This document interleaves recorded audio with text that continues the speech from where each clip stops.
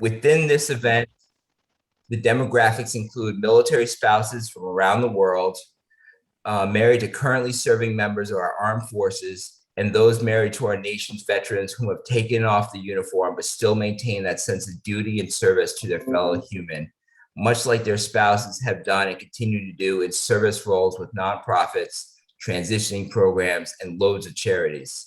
We also have with us today currently serving active duty, Guard, and Reserve service members, transition and transitioning service members, military and civilian retirees, dependent work-age children, Gold Star family members, and civilians with no military affiliation.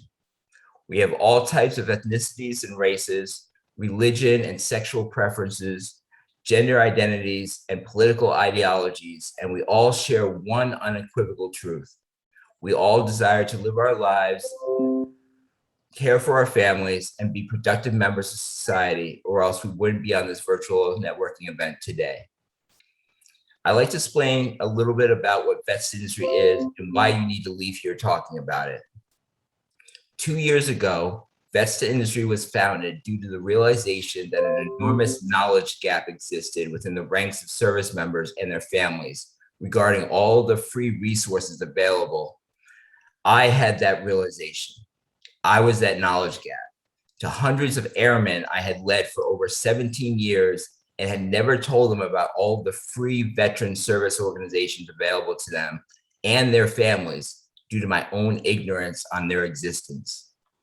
I thought, how many of them have become part of the 22 that have killed themselves a day since then, or underemployed or unemployed or substance abuse or divorced or homeless or incarcerated, all because I had not set them up for success and provided them hope leaving the service. So after I learned that there was over 45,000 veteran service organizations in my final year of service as a senior non-commissioned officer, a rank that is expected to know everything, right? I built the free nationwide veteran, mil-spouse, dependent child, and Gold Star family member resource and benefit library. And now my team of 129 service members, veterans, military spouses, dependent children, Gold Star family members, update it with more free resources and information as we discover and vet them and guide and mentor our brothers and sisters to life needs and opportunities every day. That's what Vets2industry does. Now, you all didn't come here to see or hear from me. So please let me introduce you to Daryl Williams, prior Air Force, I guess you are chief, correct? Army Sergeant First Class. Sorry for class, excuse me. Really, he's just phenomenal individual. Was on the White House communications team. And Darrell, I'm going to pass it over to you right now because I got somebody in my background, as does Kevon. So I'm not the only one. Hey, good morning, good afternoon, good evening, everyone. We are so glad to have you on today. Welcome to this great event. Again, a little bit about me. Grew up in Compton, California during the time of Boys in the Hood. Joined the military straight out of high school and just never looked back. Was very fortunate to work with a lot of great leaders, great mentors, great team members. 20 years in the Army, the senior leader. Worked as a contractor right out of the military. And then eventually moved toward the federal government and started my own organization, Alliance Seminars Coaching. But one of the things that I love doing is giving back and paying it forward. And that's why I'm here, right? That's the industry. And I have the same values, which is to give back. So that's one reason I love being here on today.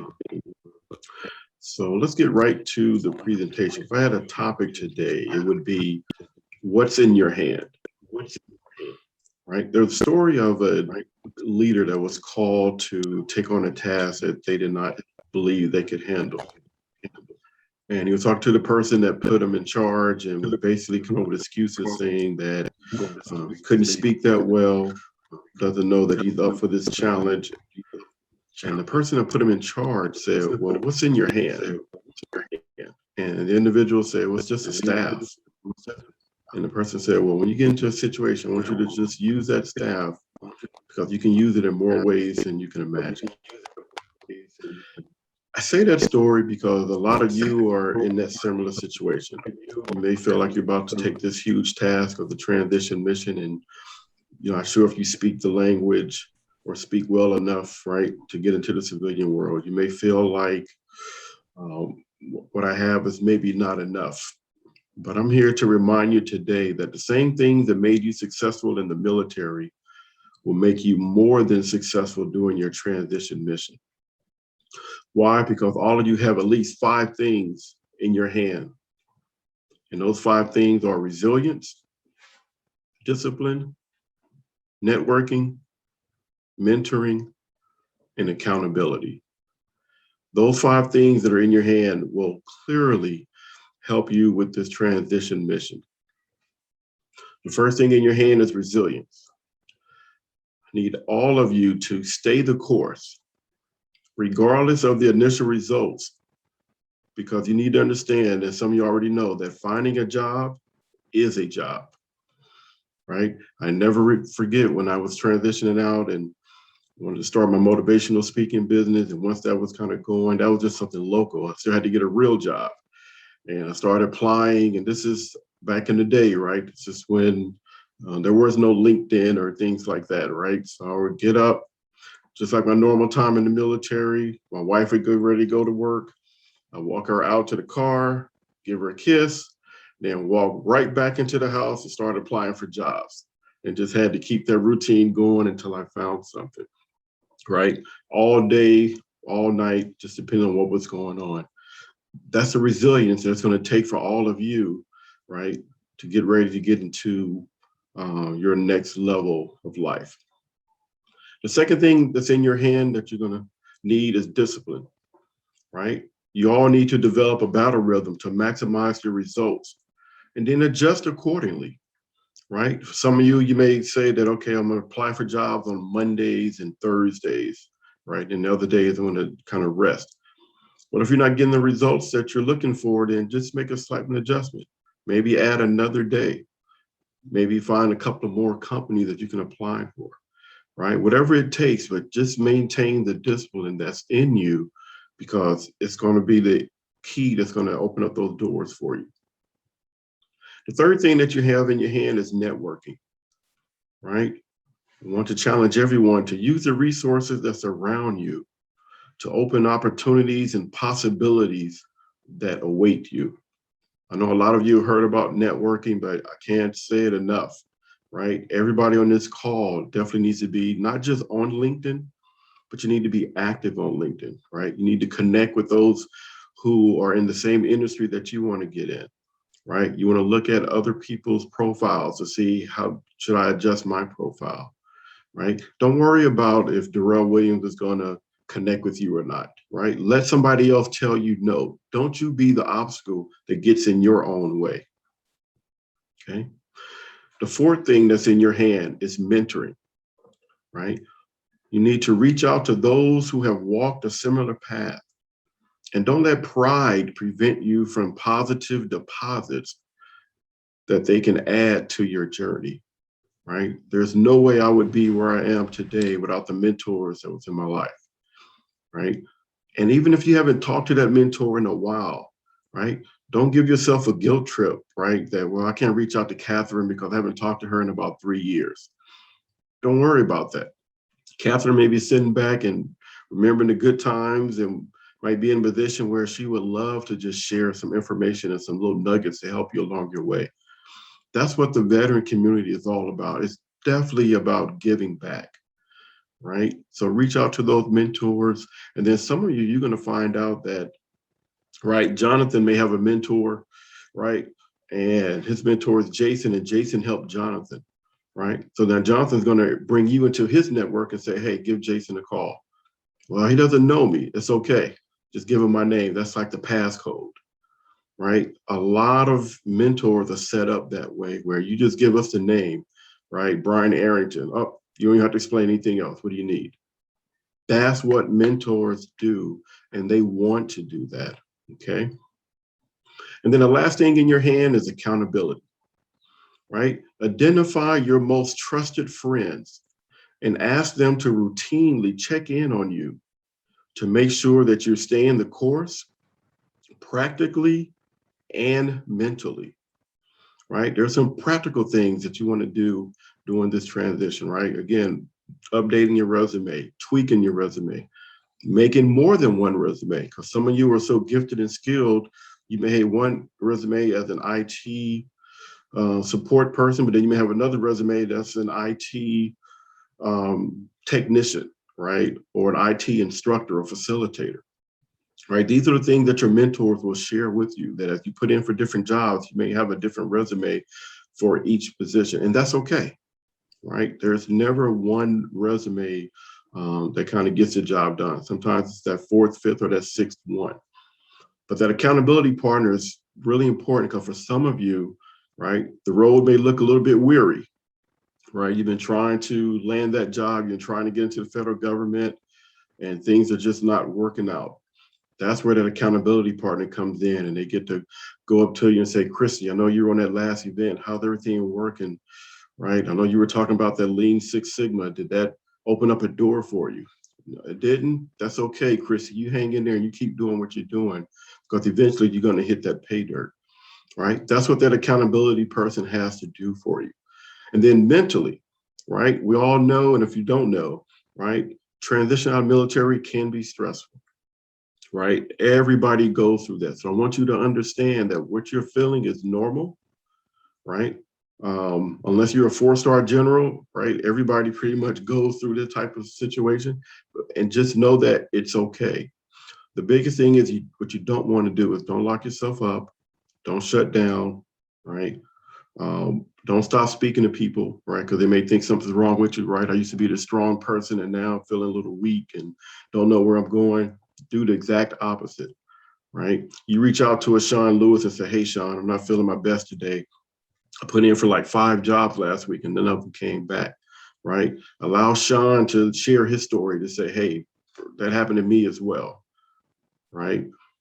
But the thing is, you hang in there, you keep staying the course, and eventually those doors will open, right? So mentally, make sure that you're checking in with someone, making sure you let that accountability person know exactly how you feel. And it's okay just to say, you know what, today I'm not feeling okay.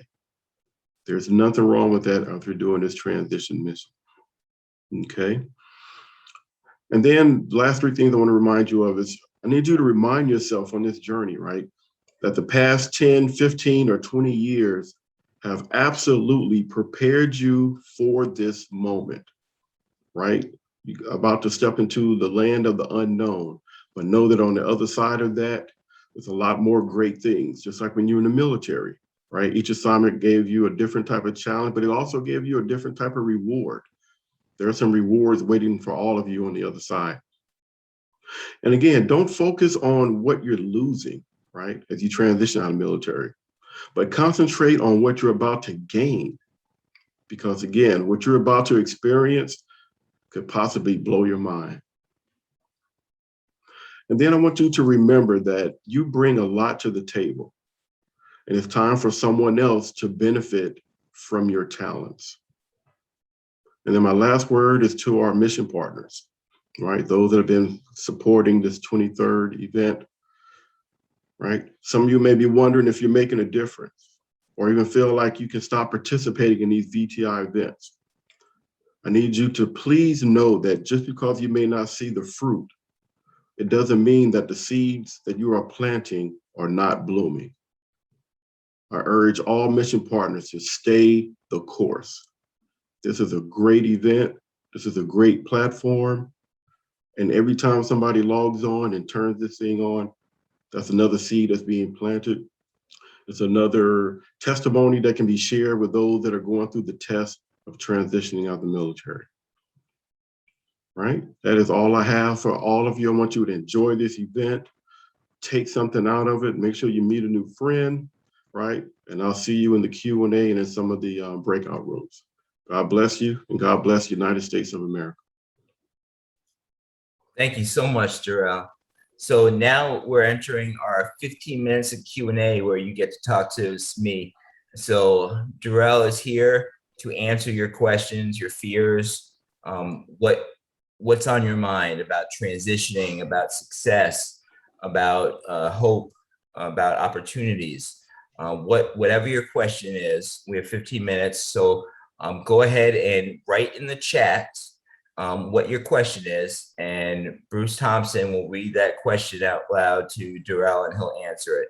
So we got 15 minutes of that, and then we'll move on to our sponsor for the event and then introducing all the recruiters that are here on the call. So recruiters, please send a private message to Bruce Thompson so he has that in his queue to go ahead and call on you after we're done with our sponsor.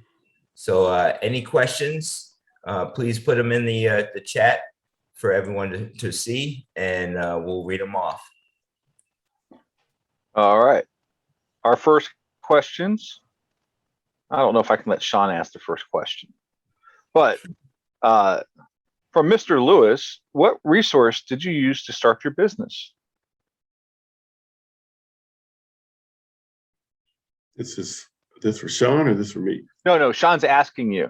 Oh, okay. I just want to make sure I don't step on no toes. So what resource did I use to start my business? So for me, definitely the number one resource was, right, I know I wanted to be a motivational speaker, so I had to do research on, right, what are those speaking industry platforms that are out there, right? Speakers bureaus, Speaker Hub, a lot of those type of things, right? And then for me, I had a 1-year-old when I retired. So it wasn't like I was going to be spending a whole lot of money, right? And plus I didn't have a job. So I had to look for those things that were going to be cost effective. Like, where could I put my money where I can get more bang for my buck? And then also, what can I do on the cheap or the free, right, that can pay dividends down the road? So again, doing my research, right, for the speakers piece. And then when I got my regular job, right, it was just a matter of, again, continuing to hit the industry. My background was HR, right? So I started looking for HR types of positions. Now, for some of my 42 alphas out there, you need to understand that a military HR rep is a little bit different, right, than a civilian HR rep. Don't let it distract you. Just know that you may have to do a little bit more work, right, on the other ends to land that. So again, doing my research, Sean, starting my business, continue to reach out to my mentor, right? I didn't have mentors that were motivational speakers, but I knew that they had to do something to start their IT business or whatever they were doing. So I would talk to those mentors and then just write down those keys, right? Those concepts, those strategies, right? And then I would ask them the tough question, like, what did you do in the beginning when it didn't seem like it was going to take off? And a lot of them just said they just dug deeper, right? They were hanging on a rope, they tied a knot in that rope, and then they hung on a little bit longer until something happened. And that's where that resilience piece comes in. So again, for me, a lot of research, a lot of mentoring, and then again, a lot of the confidence. That's another thing that helped me out too, right? I was telling myself I was a motivational speaker even before I was speaking. And people are like, but you only go to career days. You only go to high schools. Hey, that's you putting the title on me. I'm not putting that on me. If I'm speaking at a school, then I'm a motivational speaker. I'm going to motivate some kids this week, or I'm going to motivate some parents next month, or, and then all those little things, right, turn into something bigger eventually down the road. That's awesome. So our next question is, starting your small business, what are some mindset changes you found most important? So mindset changes. One of the biggest mindset changes is we look at it from our own past experience, right? Sometimes we can't see just how big things can be, and we can't see those things that we already bring to the table. So I had to kind of shift my mind. That's why it's so important to have a mentor, right? Because sometimes we can only go as far as our mind lets us go. But when you have that mentor, right, that's been out there for years and they tell you, right, Teresa, I believe in you. I saw you when you used to work for me. I know what you can do, right? You need to have that mentor that's already walked that path so they can change your mindset. Because when you start certain things, you have a limited belief just based on your previous experiences, your exposure, right, and those things around you, right? But that mindset to, okay, I'm going to start this business. I'm in it for the long haul, right? you kind of have to prepare yourself again for those peaks and those valleys, right? It's not a matter of I'm gonna try to keep them from coming.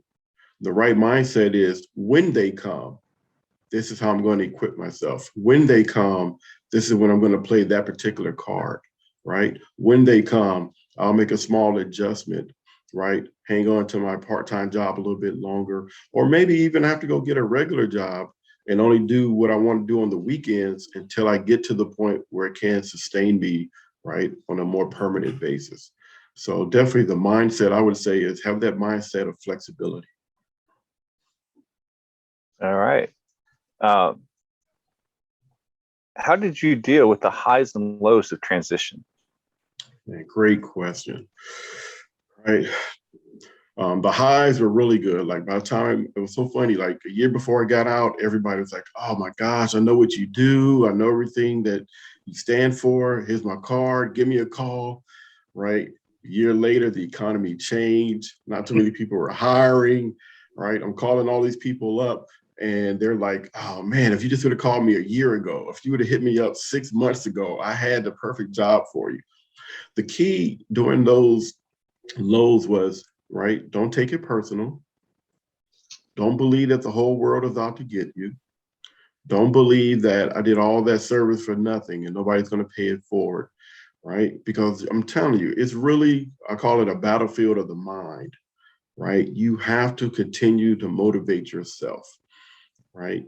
So during those lows, right, you have to tell yourself this is just temporary. This is just going to make me stronger. This is just going to make me appreciate that job more when I get it, right? So that's how I handle the lows. The highs, right? You know, you get that one call and it's like, hey, we saw your resume and we're ready to bring you in for an interview, right? You don't want to get too high, right? Where you put all your eggs in that one basket. I always tell people until you get an offer letter in your hand, right? You are a free agent.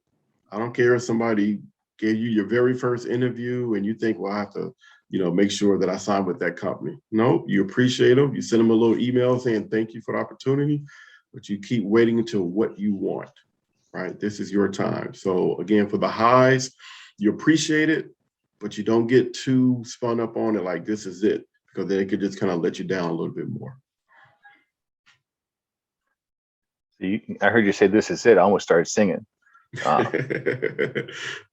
Hey, so the question is, there are thousands of ways to determine what you want or should do after the military. How did you figure it out, and what do you suggest?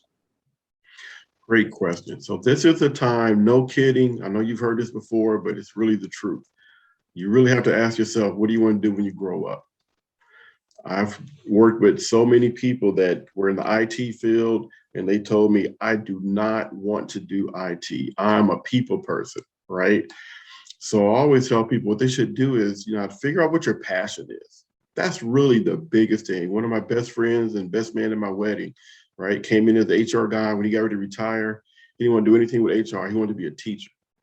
I was like, Rob, are you sure? He's like, I'm absolutely sure. I want to give back. I want to pay it forward, right? Rob followed his passion, and this past summer, he just retired 20 years as a teacher and already had 20 years as the military. The key is, what are you passionate about, right? Now, some of your passion could be that same IT, right, background that you had, right? Or the same HR background or the same MP background. And that's okay to follow that passion, right? But the key, and I always talk about passion with people, is your passion is what's going to really push you, right? Something that I like to do, I may not move as far or I might not put as much energy. But when it's my passion, it's not even like a job, right? It's like, I want to do this. I want to help people. So for me, right, once I got to the contractor and I was a facilitator, right, teaching leadership principles and things like that, eventually I wanted to get back to helping people. So I went back to my roots, which was HR, because I wasn't doing HR just because that's what I did in the military. I wanted to do HR from the perspective of that was my passion, right? I love when people come and say, hey, I got this challenge, or they say, I got this problem. Whenever you're able to help somebody, just that feeling that I used to get just made me feel great. So for me, it was following your passion, right? And then realizing, okay, once I identify what my passion is, who else is on that same path? Then I reached out to some of those other HR people, and some of them gave me, right, some tough answers like, hey, man, your military HR, I mean, that's not good enough, right? As a matter of fact, you haven't even finished your degree. So you probably want to finish your degree. You probably want to try to find out if you can get a certification in HR, right? It was like whatever those things are, right? It was new challenges, and I had to, pull up my big boy pants and like, okay, that's not what I wanted to hear, but it was what I needed to hear. And I ended up finishing my degree, and I never forget, I was still trying to finish up my bachelor's. When I got to the end, my wife was like, "Why don't you go for your master's?" Like, what are you crazy? I'm barely finishing this. But she was right.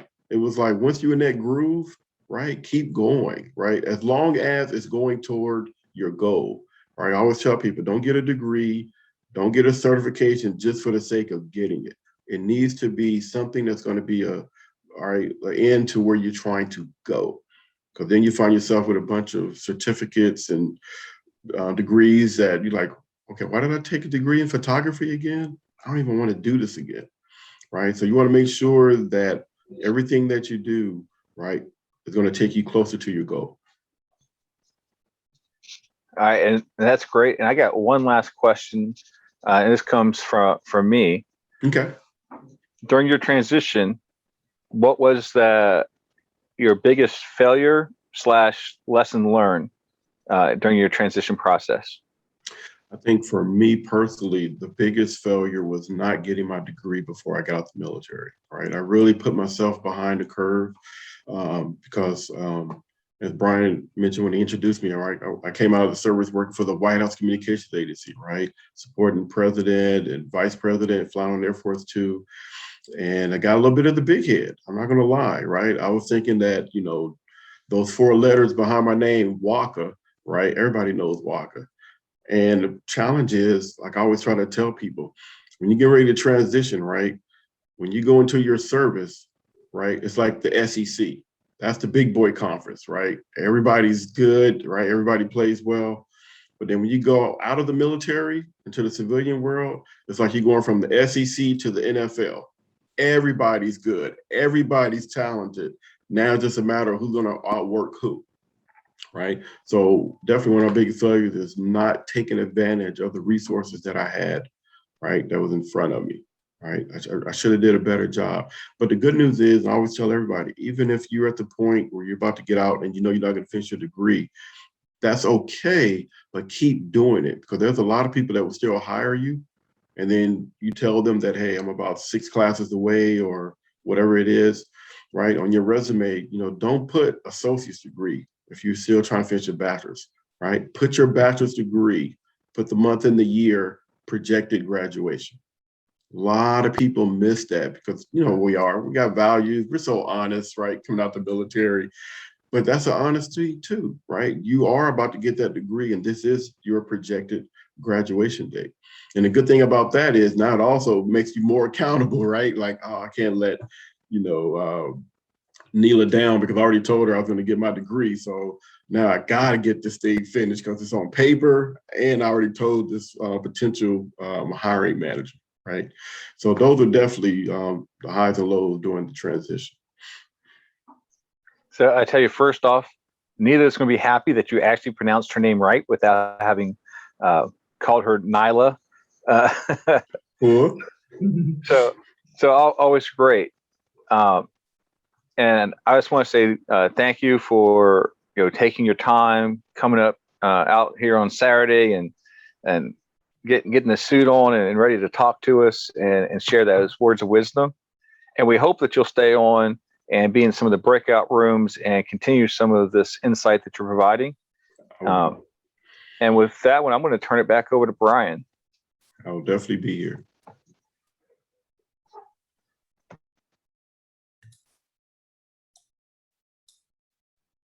Okay, there we go. Couldn't find the mute button. So something's up in my computer. So there we go. All right, can everyone hear me? We got you. Okay. My screen's all white and I can see some images, but I can't see any of the controls, which is very weird. So I might have to log off to log back in.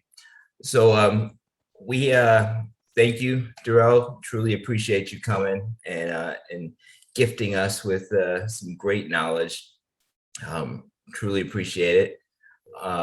Our sponsor today was not able to actually come on because he's doing some big work with his business, but it's Butler International.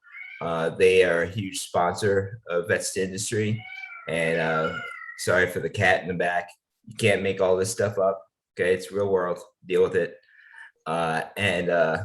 So he just wanted everyone to check them out online and say hello and wish he could be here, but just couldn't make it today because of a deal that he's working on.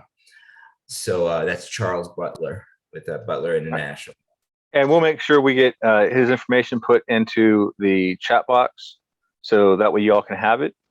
And since Charles isn't here to talk, we got someone who's going to give us a success story. And we love hearing these. It's one of those ones we hope that when you all find that success, you come back and let us know about it. It's like that, pat on the back. It's that put a smile on our face, and it helps reinforce that, what we're doing is making a difference. So with that said, if Mr. Mark Gavin would like to come off mute and let us know what's going on. Hey, thanks, Bruce. So I found Vets2industry about a year ago. I was a year out from retirement. And up until then, I'd kind of been a little wishy-washy in my transition. Like I was trying to own it, but I didn't really know how. Vets2industry gave me the tools to do that. So it all started with LinkedIn, right? I got on LinkedIn. That's how I found Vets2industry. But then Vets2industry, through these and through all the resources they have and through these networking events, I really found like all the tools I needed, right? Mentorship, that I got the tools here. Figuring out what I wanted to do, I got the tools here. Meeting recruiters and people who were doing what I thought I wanted to do, I got all those tools here. And so all of that together, finally, that's when I really started owning my transition and was really able to begin focusing solely on what I was going to do once I got out of the military. So I just retired last August, and I just started a job with Still Serving Veterans last week as a veteran transition counselor. And if you know me, like this job, it's the most perfect thing ever, right? I spent 3 days last week calling service members and saying, hey, how's it going? And that would, I do that for fun. Like I do that on my free time. So it's the perfect job. It started with figuring out what I really wanted, right? Which is relational. Like I knew it had to be relational. And then just getting to know people, right? We all know Eric Brew, Dory Pelly, Charles Livings.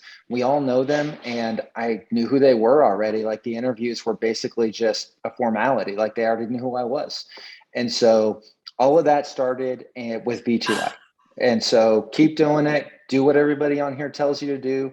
Write everything down. Take 1,000 notes. I know it's a little stressful, but just take one thing at a time, right? Okay, I heard this resource today.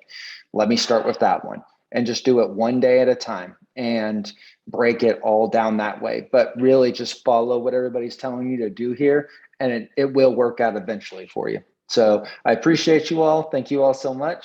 And I'm looking forward to the rest of the event. All right, Mark, congratulations. This is awesome.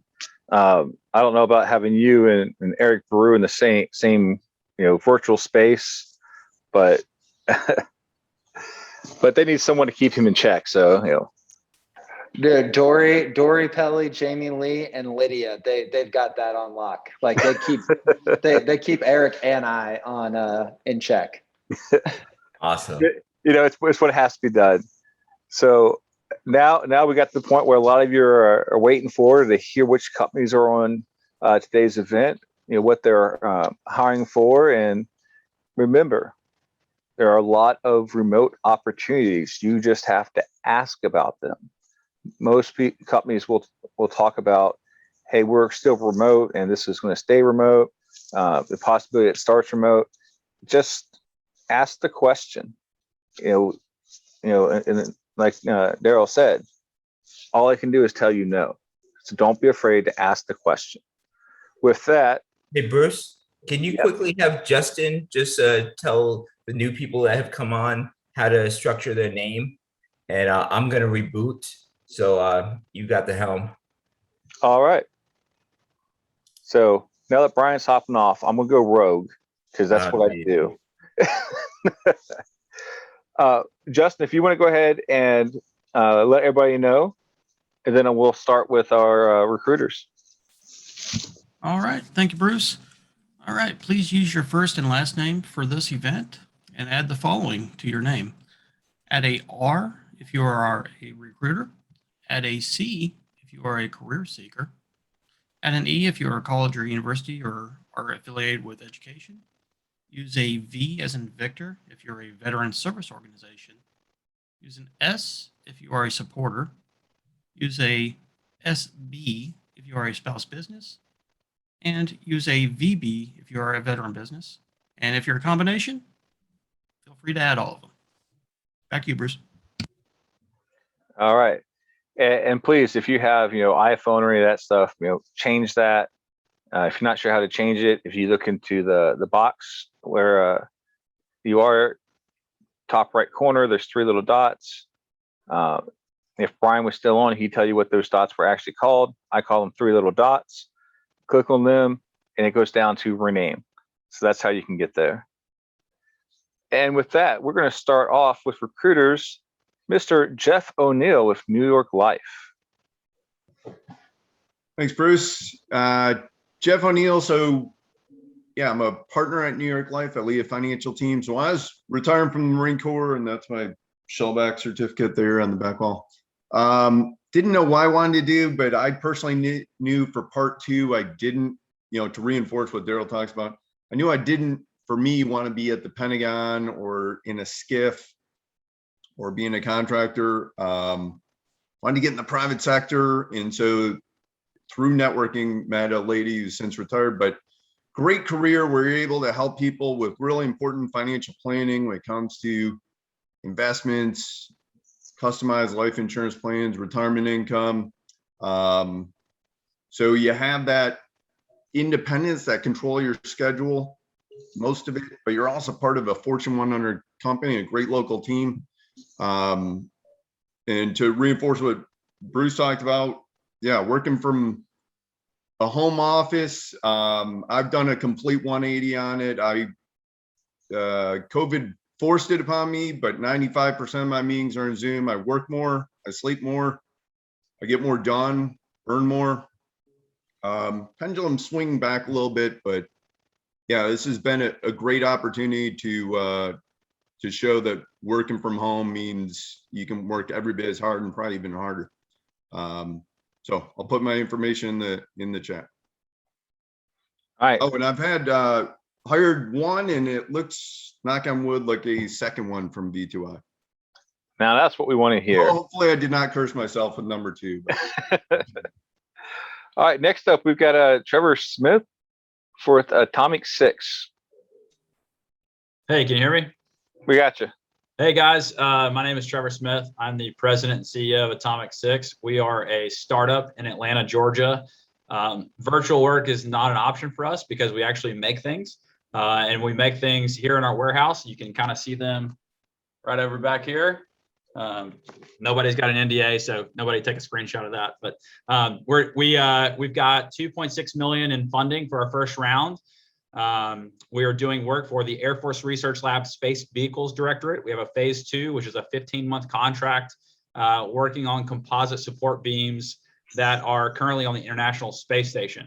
So we are working on things anywhere from rockets to fighter jets to satellite systems to ballistics. So if you have a technical background or mechanical background, live in the Atlanta area, or are willing to relocate to the Atlanta area, and you want to work on some really next generation vehicles and composite systems, please give me a call. All right. Trevor, I'm gonna have to get an NDA signed and check you out since I'm here in right by Atlanta. Yeah, it's some pretty unique things. I mean, the NDAs that come across my desk, it's Lockheed Skunk Works, it's L3, it's General Atomics. I got a private tour of General Atomics in Poway, California, and to see the MQ-9 Reaper in person is pretty freaking incredible. Nice. So anyone in Atlanta, reach out definitely, or willing to relocate down here. Thank you. All right, next up, we've got Walter Rogers with Joint Base San Antonio. Good morning, everybody. Can you hear me? We got you. All right, perfect. Hey, well, first of all, I'd like to start out by saying, I connected with some people on this forum probably about the last 2 times. And you may have sent me information. You may have sent me something through email. Well, if you have, please send it again, but this time send it to my government email. I finally got that up and running. And I want everybody to understand this. The position I'm doing now is a brand new position. It's never been done before. I am a base level recruiter for the Air Force civilian positions. What I do is, in a nutshell, I basically go down my list of vacancies. This position is created by the commander, the general, by the way. I go down my list of vacancies, and I like to carry a spreadsheet myself. Uh-oh, somebody said Roll Tide is on. I like to have a spreadsheet myself of listing everybody's skill set, what they can do, when you can work, if you're retired, not retired, so on and so forth. I wish I could get a way to share this or send this out to everybody. If you're wanting to work here in Joint Base San Antonio, that's the only place that I have any way to get you in a position. Now, what I do is once I get your information and then I get a vacancy, I bounce that off the spreadsheet. I find out, hey, who's HR, got it, who's got the skill set and the basic skills, minimum requirements to meet the position. And then I get your information. I will contact you, get your information in front of the hiring manager. Does that mean you're going to get the job? No, but it does mean you get a foot in the door and you can possibly get the job by how you perform at the interview. I am trying to follow everybody from the time I talk to you all the way up through the interview process. And then when AFPC takes over in the hiring process, then that's when I will let go. But like I said, my name is Walter Rogers. I am a recruiter at Joint Base San Antonio. Please connect with me. And if you send me an email and you're requesting the spreadsheet because you would like to come here to San Antonio and work, please, in the subject line, just put spreadsheet and I'll know exactly what you're talking about, and then we'll go from there. I'm looking for spouses, veterans, retirees. Of course, you know about the 180 days. That's still in effect. I'm looking for all hiring authorities, and I do have connections here in San Antonio with other ones. So please connect with me if you're looking to come here, and let's do it. Let's try to get people jobs. Hey, Walter, can you share your government email address? People are asking for it in the chat. Yeah, I just put it in there, and I'll continue to put it in there. It's at walter.rogers.3@us.af.mil. Yep, see it Before, now. if you send me something before on my Gmail, please send it again. General Miller found out I was using Gmail and got kind of mad. So they made me an account real quick. So please connect. All right. Thank you, sir. You're welcome. Next up, we have Shannon Engelhart with ATMC Telecommunications. Hi there. Thank you. Can you guys hear me okay? We can. Okay. First time on the VTI platform. So thank you for having me. So I'm here for ATMC. I'm also a United States Air Force veteran. I've only been in my role about 9 months. So this is kind of new as I'm recruiting for this particular company. But ATMC is North Carolina's largest telecommunications cooperative. ATMC's mission is to bring broadband internet to underserved rural North Carolina. We have careers ranging from IT, engineering, marketing, accounting, construction, customer service, even HR. We're in a period of growth right now. Our 5 and 10-year growth plan is amazing. We're very mission focused. We're culture driven. We consistently give back to our community, and we offer a full benefit package, competitive pay, As far as remote work capability, we do offer some remote work as far as people can work from the office when they need to, but we don't do fully remote as of yet. So thank you. All right. Great to have you on. And, even though you're Air Force, we still have love for you. Love you. That's all that matters. He's a Marine. By the way, I'll take it. I'm good. happy Air Force birthday, apparently. Absolutely. Again, it's not as important as Batman Day, but we still like to shout out to everybody else. Thanks, I would like to guys. say though, I'm sorry, I would like to say I am working for the Air Force, but I'm retired Army. That's the thing. Look at that. He wanted to make sure that was clear. All right. Next up, we got Jay Garcia with Fortinet. Thank you, team. Can everybody hear me? We can hear you. We can't see you. Perfect. I'm being Batman today. But anyways, I'm Jay Garcia. I work for Fortinet. I'm having some technical difficulties here. I might be using somebody else's firewall, not our firewall. But anyways, Fortinet is a global organization, a cybersecurity company. We have about 750 vacancies globally. We're definitely hiring. Our main sites in the United States are going to be in Sunnyvale, California, in the Bay Area, down in Plano, Texas, next to Dallas. We also have openings in Sunrise, Florida, next to Miami. That's our Latin American team. And then we have our federal team operating out of Reston, Virginia, the DC area, as well as in New York City. So there's definitely a lot of opportunities. What we're looking for right now are normally normal roles is systems engineers, account managers. So if you have that experience, please apply for the roles, connect with myself, and I can definitely connect you with our recruiters at Fortinet. But we also have our veterans program where we offer free training with exempt vouchers to veterans and military spouses, as well as caregivers and dependents. So if you're looking to get into cybersecurity, we have the Fortinet Veterans Program that can definitely help you get there. So thank you for your time, and I'm looking forward to networking down the road. All right. Next up, from Rebellion Defense, Elise. Hi, everyone. Thank you. I'm excited to be here again and see everyone. So I work at Rebellion Defense. We are a 2-year-old startup. We primarily build software solely for the Department of Defense and the Ministry of Defense. Right now, we are working with 3 main product points. So one is data, enabling machines to do what they do best, analyze data. We're doing battle space awareness, so providing a better view of the threat environment. And then we also have a secure product, which is allowing our clients to really secure their data and secure their networks. We just secured our Series B. So we got 150 million in Series B, which now brings us at over $1 billion evaluation, which is pretty rare at a 2-year startup. So super exciting stuff going on with the close of our Series B just this last week. We have tons and tons of hiring going on. So mostly hiring across all of our engineering teams. So data scientists, machine learning engineers. If you have any experience working with autonomous vehicles, that's a big plus. My sole product line that I'm working on is our secure product. So pen testers, security research, if you have any interest in those areas, definitely reach out to me. And then of course, we're hiring across our sales teams. We do hire remote workers. It just depends on the position. Most of our roles are going to be DC or Seattle based. We also have an office in the UK, but for here in the US, mostly it will be in DC or Seattle. Again, a lot of our roles are remote. So when you take a look at the website, just kind of take a look to see if it says remote or not. If it does say remote, like so for example, the roles I'm working on, like our pen testers and security researcher roles, sometimes you might have to go into a skiff. So you would just have to be able to travel.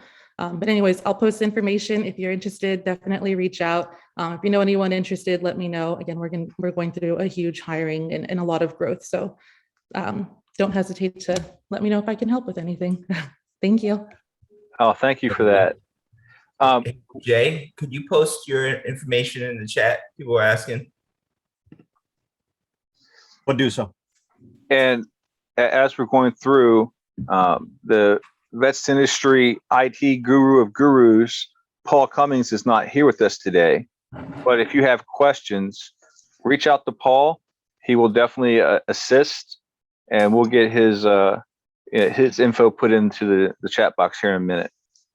Next up, I've got Brian Davidson with Home Performance Alliance. Yeah, I guess I should come here on video. All right, my name is Brian Davison. Definitely the veteran here of V2I. I started like when it first started, one of the first people. I'm with Home Performance Alliance now. I just started actually a week ago as a talent acquisition manager and soon to be the people operations officer for the company. They didn't really have an HR branch or anything. They're just kind of winging it.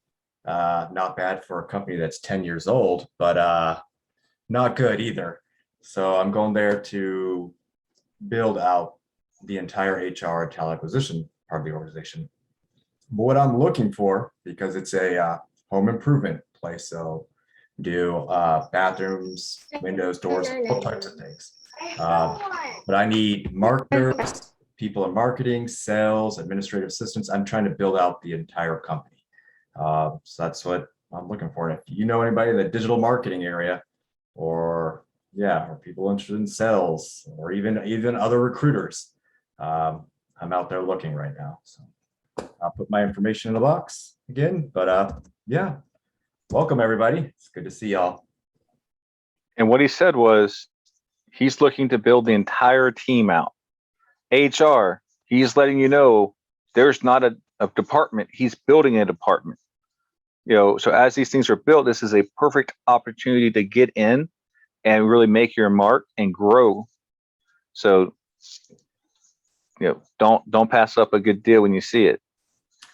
Yeah, but just so you know, Daryl was spot on. Military HR, which is kind of what I came from, is not like the civilian world. There's a lot of differences and a lot of different expectations. So know the different programs, know all about compliance, EEOC, and pretty much everything there is to know when it comes to HR. It's a completely different world out there. And if you do want to go in HR, know which field, because it's not just HR as a whole. You're not just out there.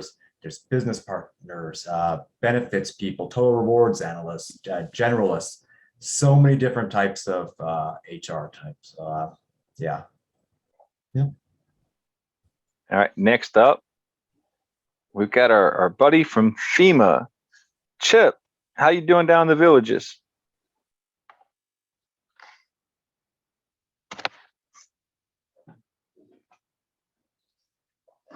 All right. Apparently he's doing so well, he's not able to talk to us Good right afternoon, V2I. This is Chip Lanker with FEMA. I'm sorry my mute was not coming off, but I'm here today to help you as you transition out of the military to get your first federal position. Again, Chip Lanker with FEMA. Let me help you find your next career. Things are awesome down in the villages. All right. And again, if you talk to Chip, get him in a breakout session, he will tell you about plenty of things outside of FEMA. The man's got quite a list of great partners, friends, and he's more than happy to share them with you. Yep. Next up, I've got Diana Wong from Spectrum Recruiting. Hey everyone, hope everyone's doing well. Just wanted to let you know if you guys consider a career with Spectrum, feel free to reach out. We have roles anywhere from technician all the way to like VP and government affairs. So hope you guys consider a role of us. We have about 3,000 openings currently across the 41 states. So, but I want to be straightforward. Most of our roles are on site. So I just want to give you a heads up on that. I left my contact information. Please feel free to connect, and I look forward to talking to you all. It's funny now we have to actually start saying you actually might have to go into work because people are so used to remote roles now. It's like, what?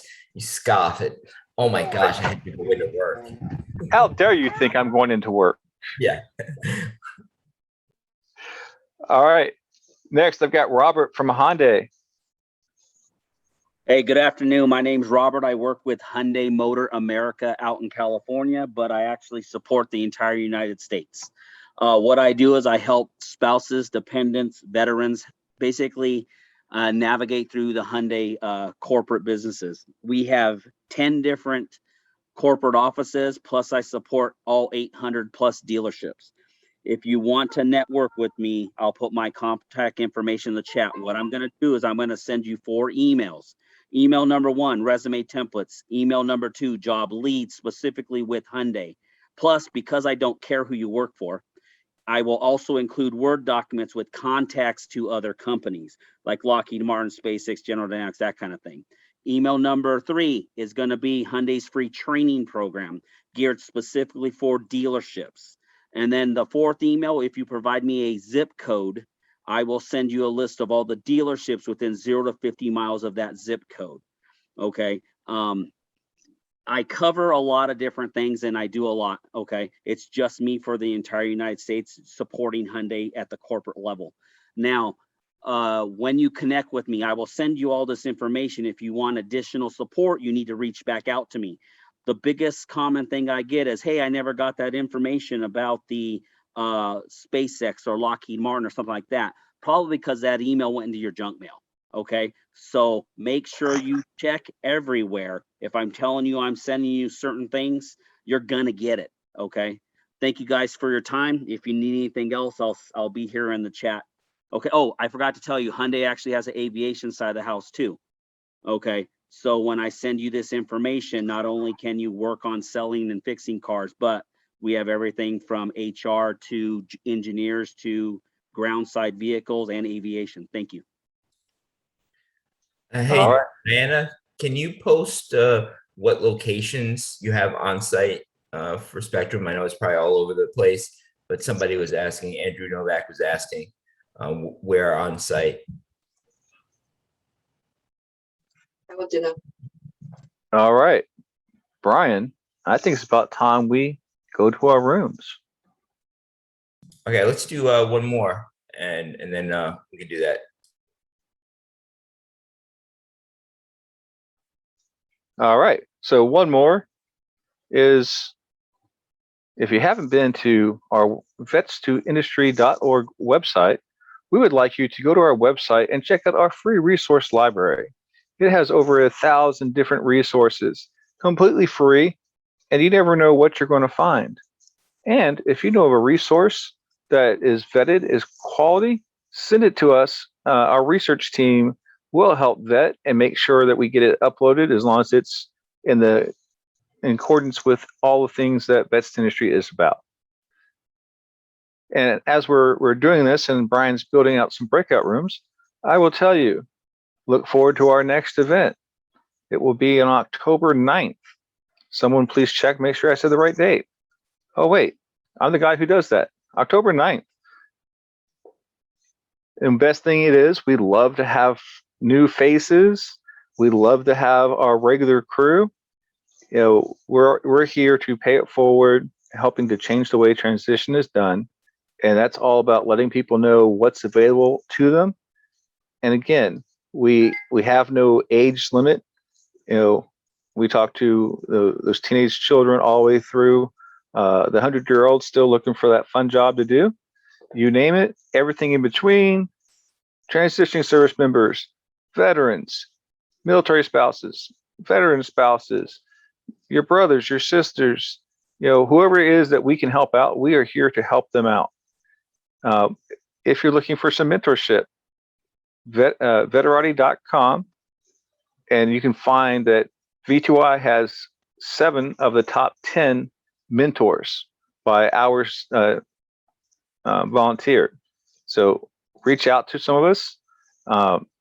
If you don't want to use one of us, Veterati has amazing mentors.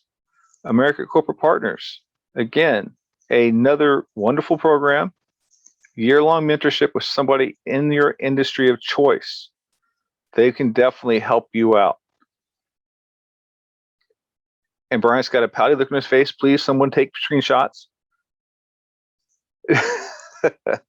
And please, while we're in the event today, I want you to take some screenshots.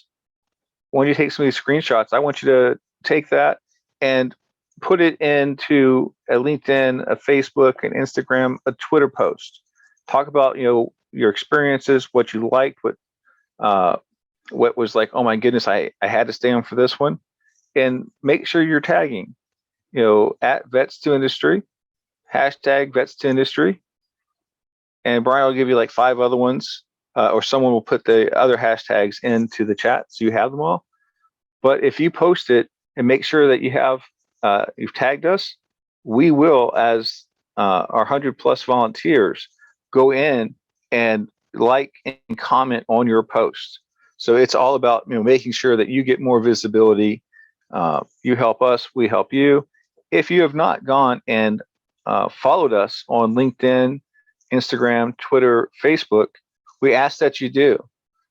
We have yet to spend a penny on marketing. So it's word of mouth. It's us doing a great job and having you push that out to your network saying, if you haven't had this opportunity, please check them out. They're here for you. All of our services are free. If anyone ever asks you to pay them to do something, hang up your phone, reach out to us. We will connect you with those that will help you figure out what it is you want to do when you grow up. We'll help with resumes, targeted resumes that actually are going to work, not a generic resume. We're going to help you with LinkedIn. We're going to help you make connections. We do this as volunteers because we want everyone to have a better transition than we did. So, please, pay it forward, help us out. And again, if there's something that you know about that we don't, reach out, let us know. We are always growing and learning. And I see Walter Rogers, you have your hand raised. Yes, I do. I just have one more thing. I put it in the chat. I don't know if anybody saw it or not. I'm looking for 3 curriculum writers, 3 Spanish-speaking curriculum writers for here in San Antonio. It could be, if you know any civilians that meet these qualifications, spouses, veterans. I need you to please connect with me on LinkedIn and or by email, and get me your resume like ASAP, because I am looking to fill those positions immediately. Thank you.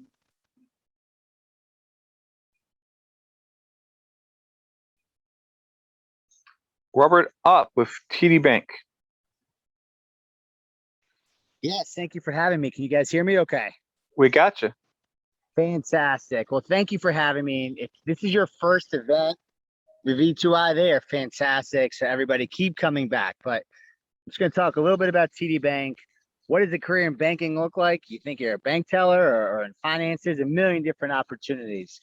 I'm an Army veteran, deployed, and TD Bank has brought me on to build their program. They are so excited to hire service members, military spouses, and transitioning service members to include SkillBridge. I'll put my information in, reach out, let's talk. I will help you every step of the way. Thank you, V2I. Again, you guys do great work. All right. So again, we got a great thing in banking. For those of y'all don't know, Brian's alter ego works for Wells Fargo as a consultant. So you got questions about Wells Fargo, he's a great person to reach out and talk to. We just have so many people on here. If you see before their names it says V2I, I tell you, you're going to want to make sure you go to LinkedIn. You can make these connections, and when you send someone a connection request, please put some kind of personalized note. I know if you send it to me today, I'm pretty sure I know where I found you or how you found me, but all you have to do is simple as say V2I event. That way we have an understanding of where we were, common ground, and people will accept and will go and start further conversations. This following week, your real homework is to make sure you're connecting and following up.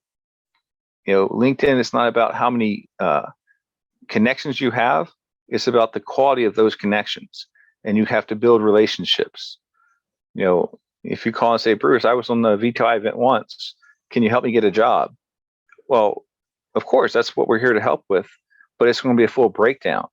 But if we're already having a conversation, then I know who you are, what you're looking for, where you're looking. And as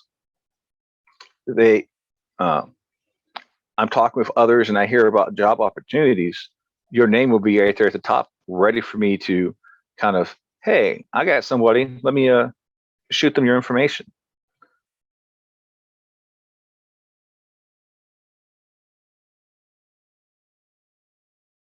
Brian, are we ready, or would you like me to roll out another commercial? No, I think we're good now. I had to restart again, so should be good. Let me give you the rules of engagement. So everyone, what we're gonna do now is we're gonna start our breakout rooms, and what we're gonna do is we're gonna bring you all into groups of 8 to 10 individuals, and during these breakout rooms, you're each gonna give your 30-second elevator pitch. Surprise! So yes, you're all gonna have to talk to each other, and your 30-second elevator pitch is going to get better as the day goes on. So do not freak out. All right. You're just gonna talk about, what you've done, what you're doing, and where you would like to end up or go. All right. So what kind of employment are you looking at? What kind of careers? If maybe education is in your pathway.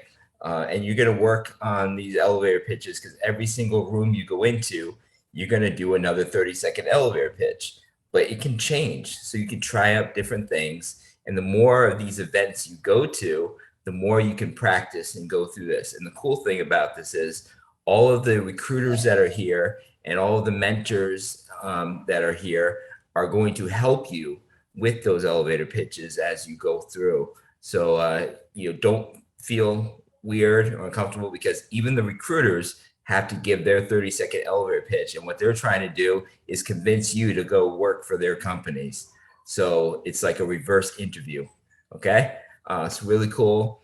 You're also going to have the ability to talk to veteran service organizations and colleges and universities during this, and to hear from those that have already transitioned and those that are transitioning as well, military spouses, veteran business owners, and spouse business owners as well. One thing before we enter, for anyone who came in a little bit later, we do need you to rename yourselves, because I'm still seeing some people that don't have the designator in front of their name. So Justin, if you can just quickly go through that. And the rooms are 25 minutes long, but you'll see after everyone goes for their first 30 seconds, it's about 4 minutes of time taken away, which leaves about 21 minutes, which is the equivalent of 2.5 minutes each person for crosstalk, and to talk about what opportunities you have at your company, what degrees you have at your college and university, what programs and benefits you provide for your veteran service organization, or for the transitioning service members and spouses, what kind of support you need, or what kind of information you want to know about your career or your transition, or resources out there that are for you. So it goes by very quick. It's like speed dating, but it's speed networking. It's going to give you just enough to where you're going to want to still reach out to these people later in the week, but because you're not going to have enough time to really get a full conversation going. So make sure you're taking notes throughout this. If you have not yet downloaded our LinkedIn, or excuse me, our Vets2industry cheat sheet, we'll have one of our personnel put it into the chat. Nothing that you put into the breakout room chat is saved. So if you provide your links or to any resources or things of that nature, you have to copy it from there. All right, if you want to keep it, it will not stay. Only the things that are put into the main chat transcript are saved. Okay. So with that being said, real quick, yep. When you're out here in the breakout rooms, make sure you put yourself on camera. We don't want to talk to a blank screen. We want to see who you are. We want to engage. So even I took off the Batman logos just for the breakout session. But make sure we can see you so we know that you're actually there and it's better connections. Good point. Very good point. And so we had a few people bounce around to different rooms. So I'm just reallocating real quick. And then I'm going to send you your room. Make sure you're taking pictures in your room as well, so that you can display it on LinkedIn throughout the day to let people know what you're experiencing and make them really, really jealous that they're not here today. Also, if you do it, we're gonna make you famous, like the old Billy Kid saying. All right, I'm gonna make you famous. So do that. We're gonna show a lot of love to your posts. Tag Vets2industry, tag the volunteers, tag the people that you're in the breakout rooms with, and you can do it all day with all the breakout rooms and post like crazy about the V2I event. We'll spread your name out there and get more people to see you, and that'll just get your name out there to more people that you're taking your transition seriously. Or if you're a company that you are supporting veteran resources and a veteran nonprofit, which can't be bad publicity for you. Just saying. So free marketing for you. Think of it that way. All right. Well, with everyone, this is all randomly generated. So do not get mad at me with what rooms you're in. Okay. I have no control. I have a little control, but I have no control. All right. So like your mom used to say, go to your rooms. All right, let's look at all these great faces coming back. We just came out of our first breakout session. So right now, everybody should be like, I can't wait for that next one. I love it. Mark, I got a picture of that. It will be posted, and we'll make sure to give you a huge shout out with that face. I'm joking. I missed it, but I'll make something up. So now what we want to do is for any recruiter that has not given their quick introduction about who you are and what you're doing, send me a private message. And then all veteran service organizations, resources, make sure that you send that message to me, and we're going to get started calling those very, very soon.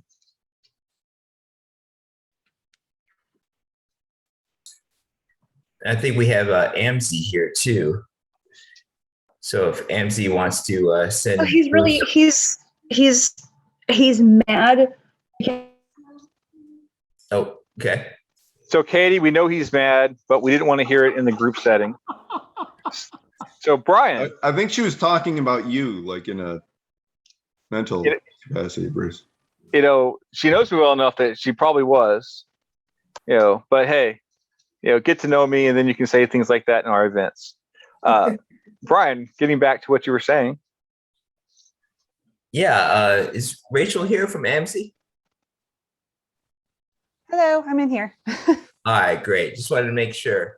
Yeah. I don't know if Bruce needs you to send something, but she'll be in the next group to talk. Bruce, just wanted to.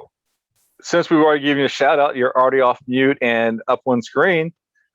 What you got, Rachel? Love how that works. Yeah, I mean, go ahead, throw me in the fire. That's how I work best. I'm here on behalf of, we are AMC. It's the Association of Military Spouse Entrepreneurs. We are a online and 100% virtual community that helps current or aspiring entrepreneurs to start, scale, and sustain their own businesses. Our biggest mission is we are focused on military spouses. We want them to know that entrepreneurship is an option.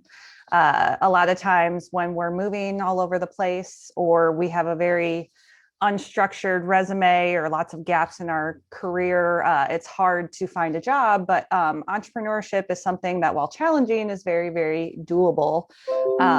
Right now, we have a community of over 1,000 members, and we're growing every single day.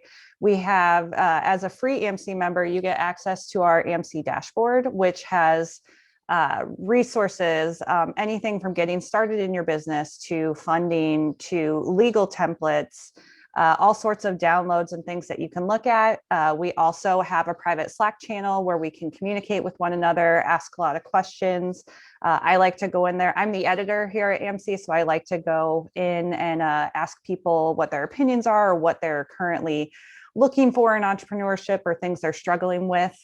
And we also have online events every single month. We have master classes with any of our partners, and we have partners from as big as Hello Alice and USAA, all the way down to my own business, which is the Military Mom Collective. We've got partners in every kind of industry and business that can help support you and teach all our members different things they need to know about business.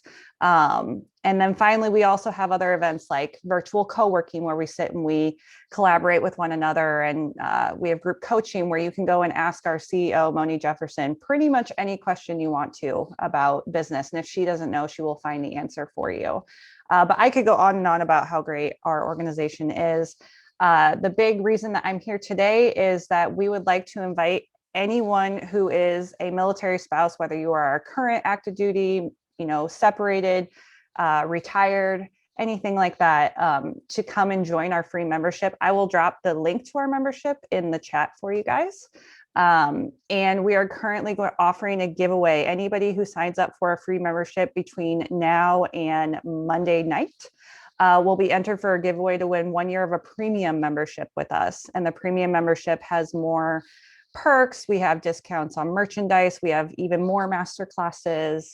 You can be featured on our blog. You can have a business promotion on our podcast. There's lots of different perks to it, and it's all listed on our website as well. So please go ahead and go sign up. And like I said, we'll be drawing on Monday evening for a free membership. I'm going to tell you, I don't want it to be rigged or anything, but I'm going to go register. Yeah. So just saying, my name should pop up Monday night when you do this drawing. Yeah, I dropped the link in for everybody. If you have more questions, you can go ahead and ask me in the chat, or I don't know if you guys take questions or anything, or you can find me. I'm on LinkedIn. I'm everywhere. I'll drop my LinkedIn as well, and I'm more than happy to talk to you about it. All right. And remember, when you reach out to Rachel, send that personal message, says you found her via the V2I, so she quickly knows who you are and why you're reaching out. Yes, please. Was there a giveaway or something? Yes, that's the giveaway. Anybody who signs up between now and Monday night, we will enter your name in to win a free premium membership. And I should have said a premium membership, the cost is going up. It's actually going to be $700 a year. So you win that free membership, and there's just more opportunities to grow your business and to get more of that one-on-one kind of help and insight. All right. Awesome. Awesome. So now we have Justin with Service to Software. Hey, everybody. Great to be here today. My name is Justin Ellison. I'm a retiring first sergeant from the Army, doing my skill bridge recruiting for this great program called Service to Software. We are tuition free. We don't charge GI Bill, any of that crap. All right. We do training. We bridge a gap between military service and the technology industry by training service members in a new career field of sales, business to business sales, building relationships, customer success and account management, that type of deal, business development for technology companies. Everybody talks about getting into the IT game, but nobody's building that force on the sales side. And that's what we're doing. Highly lucrative careers out there, lots of commission, lots of money to be made, and potential for unlimited growth, especially for transitioning service members. So if you're looking for a good skill bridge and looking to kind of change focus, change your career path, this is an excellent opportunity. I'm not going to say it leads to success for everybody, but Mark Gavin went through it. So just, people are successful coming through this program. So check us out. I'm going to post link to the company, mine and two other recruiters, Jennifer Tripp and Shane Grimm. And then also at the very bottom, I'm going to post a link to our Calendly. So if you want to come on and just have an interview with us to learn more about the program or chat transition with us, we're all successfully transitioning veterans. So we are happy to just spend 30 minutes talking to you about anything. So Look forward to meeting you guys. Thank you. So we got a recruiter who, I don't know how we didn't get him the first go round, but Mr. Richard Moore with General Dynamics Mission Systems. All right. Good afternoon, everyone. Glad to be here. As always, another great event before we get too far in the events. But if this is your first time, definitely don't let it be your last. Again, my name is Richard Moore. I currently manage the military outreach program for General Dynamics Mission Systems. When you think of General Dynamics, think of an organization with a structure similar to that of DoD. We have 4 sectors of business, which breaks down into 10 independent business units. So if you ever come to me and you say, hey, I applied for a position with GD and haven't heard anything back, my first question is, which business unit? If you don't know it, you'll have to get back with me. Because, I mean, I have people all the time, hey, what positions do you have? A lot. Do you have positions in this state? Yes. But what they don't realize is when I speak on behalf of the entire business unit. There's a lot of growth potential here. You can start with mission systems and end up at GDIT. You can shift over to NASCO. Pretty much anything that you're looking for, we have. Even down to healthcare. A lot of people don't know it, but GDIT has their hand in healthcare. So pretty much anything that I can do to help. If you ever want to reach out to me, the best way to reach out to me is via Veterati. I'm hosting Veterati calls 3 times a day. 3 times a day, Monday through Friday. I was able to work that into my work schedule and make that a part of my day-to-day duties. So please do not hesitate to reach out to me.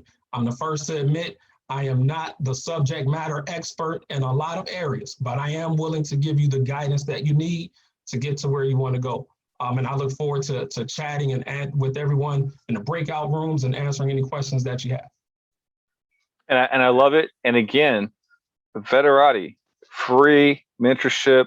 I tell you, use it as information or interviews and connect with individuals. And I'll tell you, I'm one of those ones like Richard. I don't know it all, and I'll be the first to admit it. But you need to talk to that generalist to kind of get an idea of what all's available, and then we can tell you, oh, you want to hear about this? This is the person you need to talk to next. So reach out and don't be afraid. Just take a chance, have that first conversation. Veterati.com. You're going to love it. Next, we have probably the best service out there with the most wonderful person in the world. Oh, Neela, Veterans Ascend. I think you're biased. I could be. But I'll take it. Hi guys, I'm Neela Thompson with Veterans Ascend, which is a free nationwide platform connecting employers to service members, veterans of all eras, military and veteran spouses, and working age dependents. But we're doing this in a brand new way. Who here enjoys creating that resume? Oh yeah, no one. With our system, there are no resumes, no applications, and no job postings.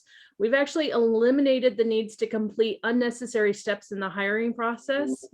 We auto-populate your skills based on military and civilian occupations.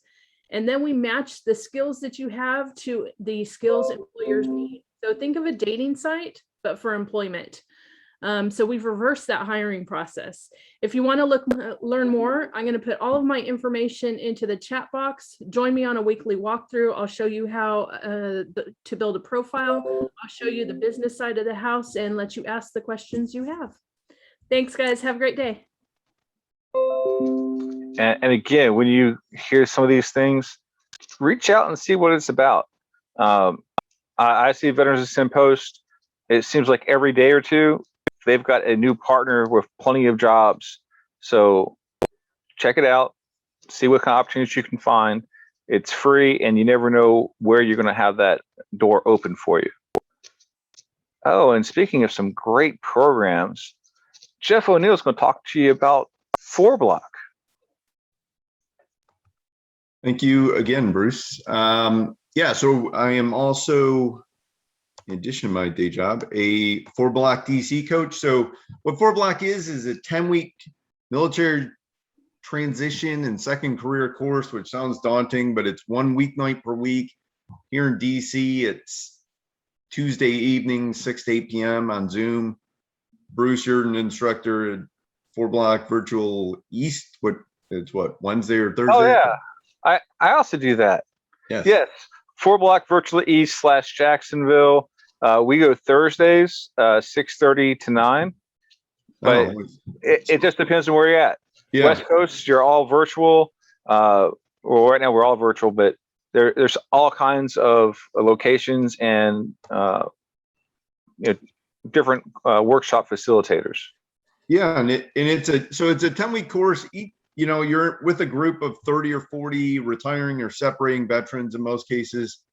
And each of the 10 weeks is hosted by a different company. So you're getting to hear about the many facets to KPMG, Citi, Wells Fargo, New York Life, Booz Allen, et cetera.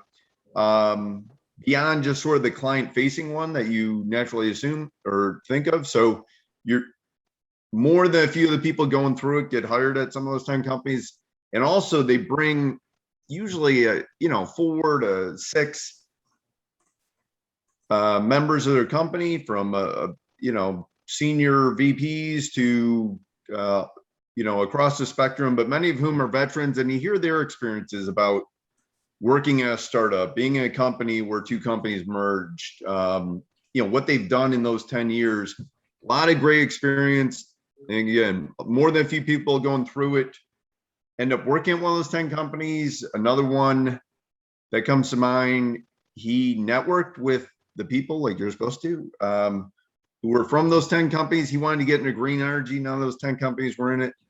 But sure enough, this retiring Navy commander met with someone who knew someone in green energy, and sure enough, that's where he's working today. So it's a great forcing function to get you out there networking. You just got to show up, and you're going to be networking with 10 different companies and hundreds of people. Great course. And to learn more about that, Jeff's going to put the links into the chat, but it's 4block.org. Love to see you on there. And there's a military spouse program. So again, if you're a military spouse, veteran spouse, go through and apply for this program. It's a little more time because there's at least 2 or 3 days a week in which you're participating in it. But it's wow. We have Leslie Coffey, who's one of our great V2I team members, who's going through it. So we'll definitely be able to get some firsthand knowledge from her here in another month and a half. Walter, what's going on? Hey, Bruce, I'm glad I heard that networking, and I just wanted to say some people have connected with me here on LinkedIn. They've asked me to either review their resumes or get back with them on certain positions. Listen, I'm not the person that gets mad if you keep pinging me. Please do. I got a lot of stuff going on. If you haven't heard from me in a day, please hit me up. I don't mind. If you have my number, call me. Just say, hey, what's going on? Have you had a chance to look at it? Hey, Walter, can you post your phone number in the chat?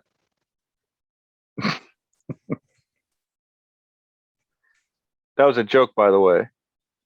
Look, if he types it in there, I know, because I don't have my government phone yet, but I will next meeting. But yeah, definitely. I'm calling the general and telling him that you're using your personal cell phone. All right. That's funny. Hey, next up, we have the GJ himself, the man, the myth, the Alfredo Torres from V3. Hello, everybody! Why am I wearing a mask? You know why? Because we all wear masks. Let's be serious, okay? We all wear masks to hide our insecurities, to hide the fact that we are scared. But you know what you have?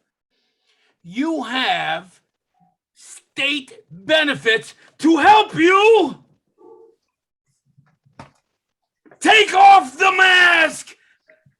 Make sure that you understand that there are 2 sets of benefits, okay? Your federal benefits, which we all know about, and then your state benefits. If you are in Virginia, You need to reach out to me so I can connect you to your state benefits. Brian, I know I shaved the beard and the mustache. It's all coming back. I promise. I'm like, you took off a mask and put on another one. Like, Hey, what the heck? you know what? Sometimes you got to wipe the canvas clean in order to paint the new masterpiece. Like, That's did you piss off the significant other? Like, what happened? First of all, Jennifer, I did not lose a bet, so stop saying it, okay? And no, I didn't piss anybody off. I shaved off my beard. I wanted to grow. You look 12. Huh? You look 12. I look 12. Please, God, there is nobody here who thinks I look 12. Absolutely nobody. And you know what? This look was good enough for the United States Navy for 13 years. It's good enough for you guys for 20 minutes. So anyway, please, I'm going to put my LinkedIn in the chat. Reach out to me. I'm all about helping you as best I can. And that's it. Happy Batman Day. That's what we're talking about, Batman Day. Hey, and who's that recently got a job working with you? Oh, Jennifer Burks. You know what? She's going to be pissed at me because I keep forgetting to say, Jennifer, come on here and say hi. That's okay. Sometimes I'm a little embarrassed to follow you, Alfredo. You're a little embarrassed of me? A little embarrassed, yeah, a little bit. Why? I think it was bad. It was better last week or a couple weeks ago when you had Aquaman covering up your face. Wow, you know what? You didn't mind this face when I helped you get your job. So, all right. So look at it. Look at it. Look at it. Love it. So Jennifer, awesome V2I team member, but now is part of the V3 with Alfredo. So if Alfredo's a little loud for you, you're looking for something a little bit smoother and softer, you got Jennifer and other great members of the team. Most importantly, reach out. And they're doing Virginia. If you're not in Virginia, every state has benefits. Make sure that you're reaching out to your state benefits and knowing what they are. And now we're going to get back to that Mark Gavin individual who got hired with Still Serving Veterans. What's that about? Yeah. Hey guys. So Still Serving Veterans. So you have your military career over here on one side of the road, right? And then on the other side, you've got your civilian career. And in the middle, you've got a jungle, basically, right? Still Serving Veterans exists to help you navigate the jungle. All right. We're going to do that in a couple of different ways. The first thing we're going to do is we're going to help you translate your skills, translate what you've done, and quantify those things and get you a basic resume started. All right. That way you have at least a starting point of what you want to do, what you've done, and you can kind of see it in civilian terms. That's number one. Then what we're going to do is we're going to stay in touch with you for however long it takes for you to land successfully. Every month, every couple of months, you're going to get a phone call from us. You're also going to get a ton of emails that have all opportunities from job openings to career fairs to more veteran resources. And you're going to get several emails from across the country about everything that can benefit you. So that's who we are. That's what we do. You can reach out to me. I'll drop my email in the chat box and you can just email me your name, your phone number, and your email address, and we can get you scheduled. One thing is, because we are so good at what we do, we are currently booked out until November. All right. So we cannot even, we can't talk to you until November right now. But please sign up, get with me, and we will help you guys out. And, hit him up on that LinkedIn thing, and maybe he can drop a little something special here or there. All right. Next up. And this is where everybody likes to have fun now. If Bruce can pronounce the name or not. This is a game we play, so make your bets now. Paola with World Financial Group. That's actually very, very good, Bruce. Yeah, it's Paula around there. So good job. I was like, hi everyone. This is my first time on this platform, and I do apologize for being a little bit nervous, but I was invited by Dixie Banner. And currently I'm with World Financial Group. So our company is actually expanding in expansion mode right now. We are looking for individuals with leadership skills, teaching skills, and a great work ethic. And what better people than veterans, right? The discipline, the focus. And this is open to entrepreneurial, sorry, that's my bird in the back, entrepreneurial opportunities in financial services. So the motto we have here is no family left behind. Education, we educate families about three rules to money: how interest works, how money grows, and how we get taxed on it, right? And we have offices in over 40 plus states. And this is, we have like amazing winning culture, a simple system, and an amazing mentors, right? Self-development is key. I would just like the group I was talking to before. We teach people, if you don't like the fruit, you must, you gotta eliminate the root, right? You gotta change the roots, right? So we do a lot of work on BS, the belief system in our minds, right? We gotta cut the BS that's not working for us. And yeah, it's like I do want to invite everybody to a free mastermind event. Who is from an elite leadership. It's out of Phoenix, Arizona. It's led by a Coast Guard veteran named Mr. Jason Beauvais. And if you are interested, let's connect on LinkedIn. I can send you the Zoom ID for Monday. And once again, thank you for letting me be part of your platform. And if anybody's interested, I'll be putting my LinkedIn information on the chat. All right, awesome. And we're going to hear from one more before we go to that next breakout session. So Denise from PAE. Hi, everyone. So my name is Denise. I'm from PAE. I've been invited here, but usually I don't have time to show up. I do apologize about that.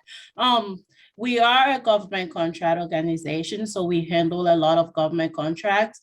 Right now, we are getting a lot of contracts, so we are hiring. We do have over 1,500 positions on the website at pae.com/careers.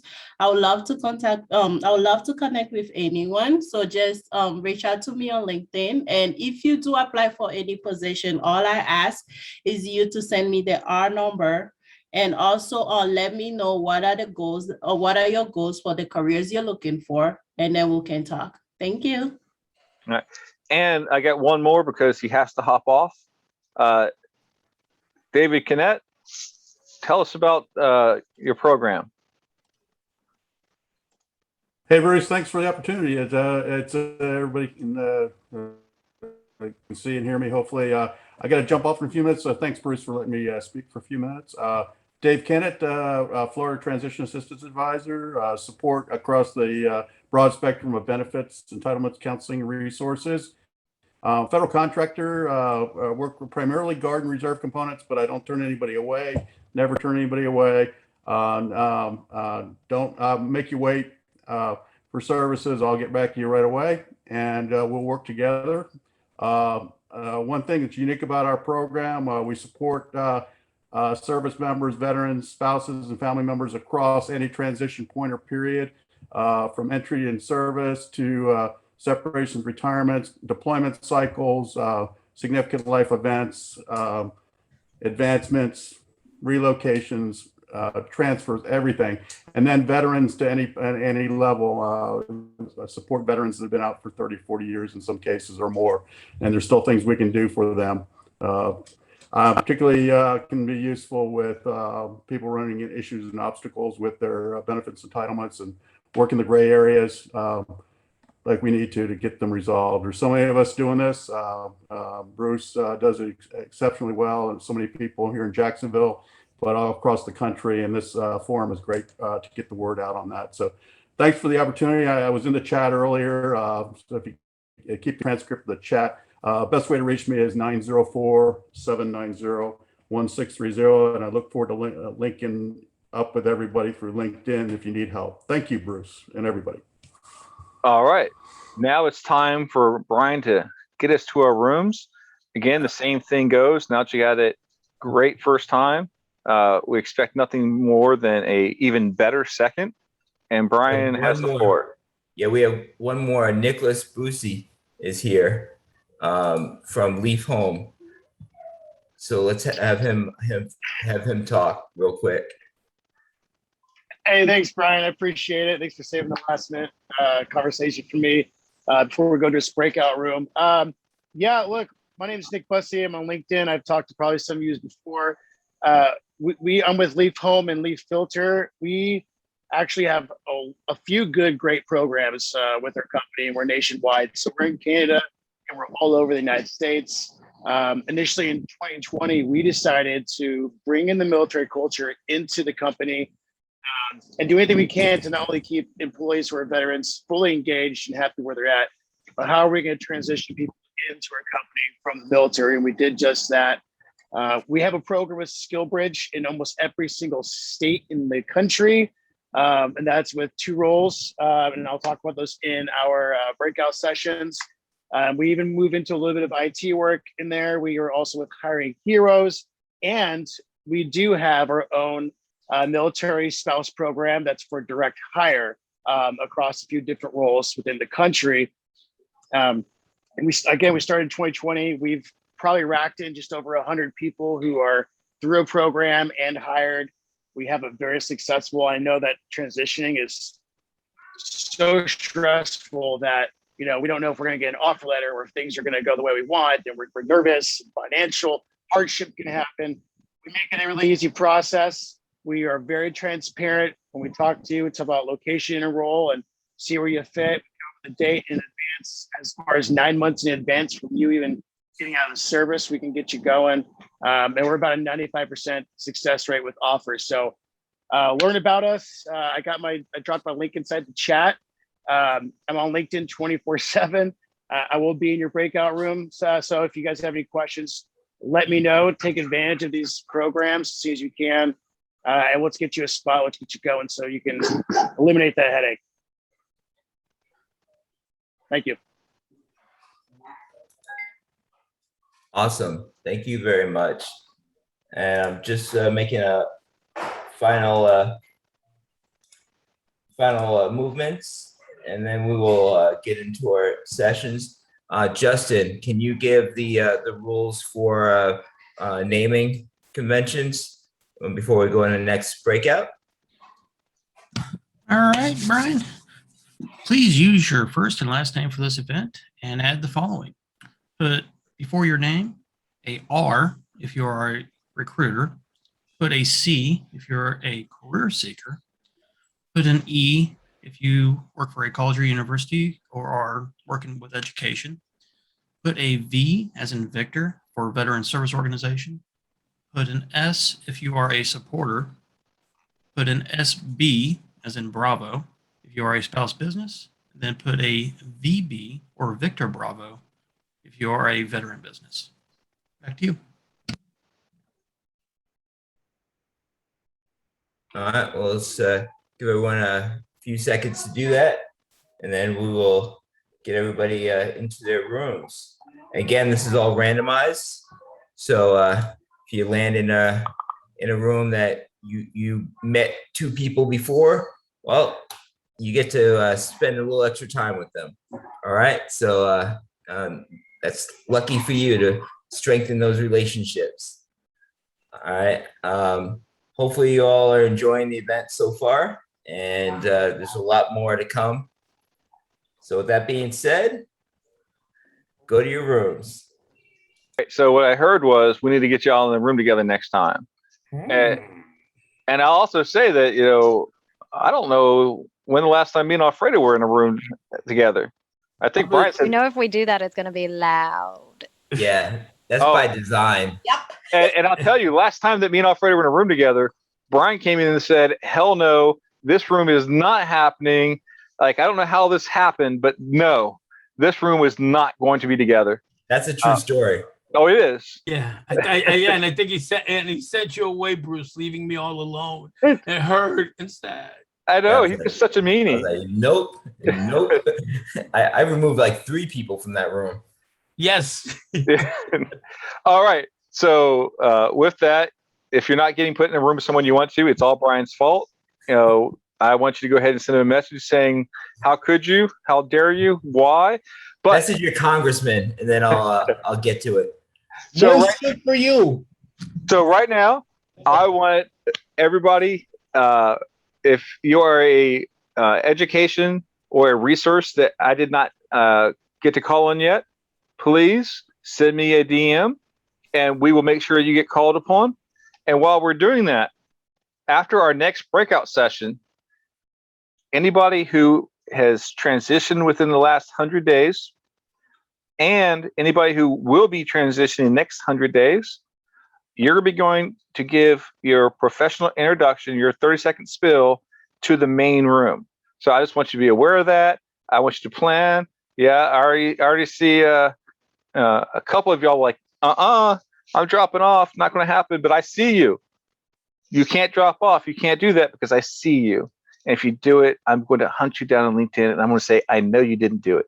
So now I'm going to make you record it so I can share it to my network. I have All right. names. I have So- names, Bruce. Oh, I didn't see you there with your blue V2I background. It snuck in on me. All right. So as we come through here and we're getting ready, that first one's up is the one, the only Sky Stringer with Western Governors University. Hello, Sky Stringer, Strategic Partnerships Manager for Military Outreach at Western Governors University. We are the largest online university in the country, probably the world at this point. We have 4 different schools. We have IT, business, health, and teaching. We are flat rate, low cost, and completely competency-based.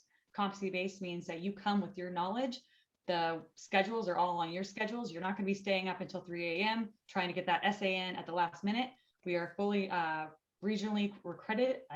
We are regionally accredited, which is the Gold Star standard. We are also, Amber just smiled and it threw me off. We are also completely fully nonprofit. We fit into your lives, not the other way around. We are remote. We have some remote openings right now, including there's a strategic partnership role in Michigan, which is my team. So please go look it up. I put everything in the chat. Go look at careers. If they're awesome, please. You want to get that education. If it's not through me, then somebody else. Let's talk. Now, do I have to be in Michigan for that role? Yes, you would have to leave Michigan for that role. A strategic business partner goes to businesses and tries to partner with them. And it's, you know, if it was COVID all the time, I would say no, anywhere. But everything's opening up and businesses are opening up, and B2B is easier when you're actually there. Oh, all these restrictions, I swear. But it's remote still. It's not like you're going into an office. All right. So apparently no one wants to give a shout out about their education, their resource, their organization.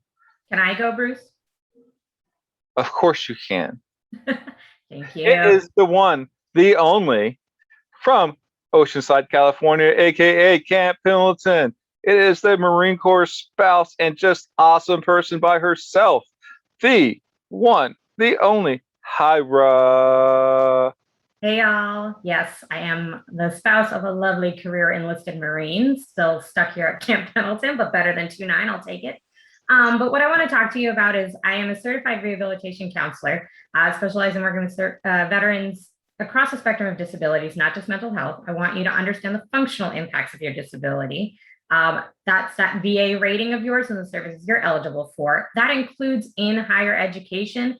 Everywhere across the country, you are actually eligible for particular services at each of your campuses. So if you want to learn more about academic accommodations and resources, reach out to me. If you are considering higher education, you don't maybe know where to start, please know about Service to School. They are a free program providing support for college applications and admissions. You actually get a veteran peer mentor walking you through the entire process. We also have another organization that I want you to know about, which is Warrior Scholar Program. Warrior Scholar Project. And they are a free program as well. They are geared towards the enlisted side of the house and dealing with imposter syndrome that often occurs. And they provide free academic boot camps. And then if you're unsure if you want to commit to a degree program, if you just want to kind of up your skills, please know about Act Now Education. They provide free certifications and courses in so many different fields and industries. And it's a great way to just dabble in your interests and then also upskill. If you have any questions about the education system, if you want support in your VA claim and writing that personal statement, reach out to me. I'm here as a resource to be in your corner through your transition process. So thank you, Bruce. And is there something that happens on Clubhouse on Mondays that you can mention to us? There are a couple things on Clubhouse. For those of you who aren't connected on that app, it is what I like to call live podcasting. You get to come into a bunch of different rooms and hear people talk. On Mondays, there is a Mill Spouse Mondays. If you want to get resources, find your tribe, information sharing, highly encourage you to follow Mill Spouse Mondays. It is typically run by Leslie and Nadia, some wonderful mill spouses that every once in a while are here in this room. You also have the Mill Pack that happens on Fridays, which provides information and resources for transitioning service members.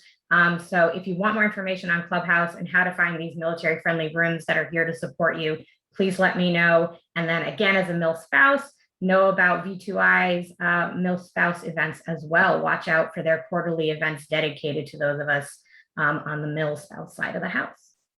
And while we're speaking about Clubhouse, Mr. Brian Arrington has started a V2I Clubhouse group. I assumed he was going to share his big room. I didn't want to take the hype. Sorry. Oh, damn it. No one told me. Well, before I do any of that, we have 3 people that need to speak because they're about to leave out. What's that? It's actually 4. Okay. Well, I need Kat Cochata to speak first because she's got to run. And then we need to get to Eddie and Chrysanth. So Kat, can you please introduce Woven to us? Sure. Thank you, Brian. Hi, everybody. It's always great to be at these events. I think this is my 6th, I believe, for V2I. And so they can't get rid of me, so to speak. But I just keep showing up and they let me in. I don't know what to say. I'm a U.S. Air Force veteran. I'm a retiree. And as a woman, I retired over 21 years ago. So when you think of retiring back then, there wasn't all these organizations like V2I and Veterati and all the other ones that are in here. And so I was left on my own. And then even as I got my feet on the ground, I really wanted to know where my veteran sisters were because we didn't raise our hand and say, hey, I'm a veteran. And so I became involved. I was one of the original peer leaders with Woven. I'm now a national consultant. And the one thing that we do best is connect women veterans to other women veterans.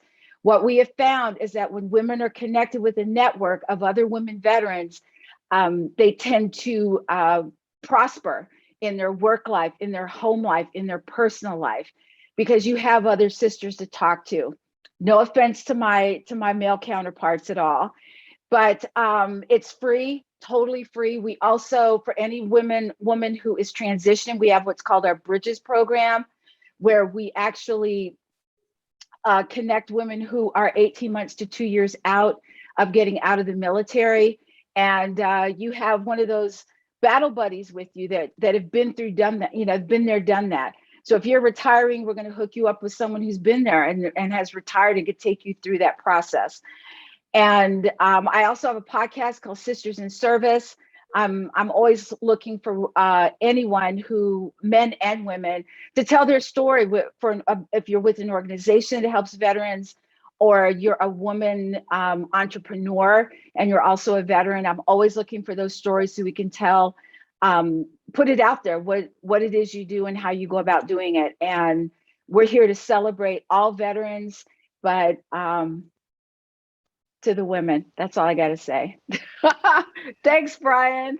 Kat, is General Linda Singh involved with your organization? She was the adjutant from Maryland, an amazing woman. She's got a really awesome story. If she's not, I'd be happy to connect you with her. I worked with and for her at Accenture, and she is an amazing, amazing woman. And I'm happy to make that connection. Oh, please. I would love that. Thank you so much, Scott. I truly appreciate you.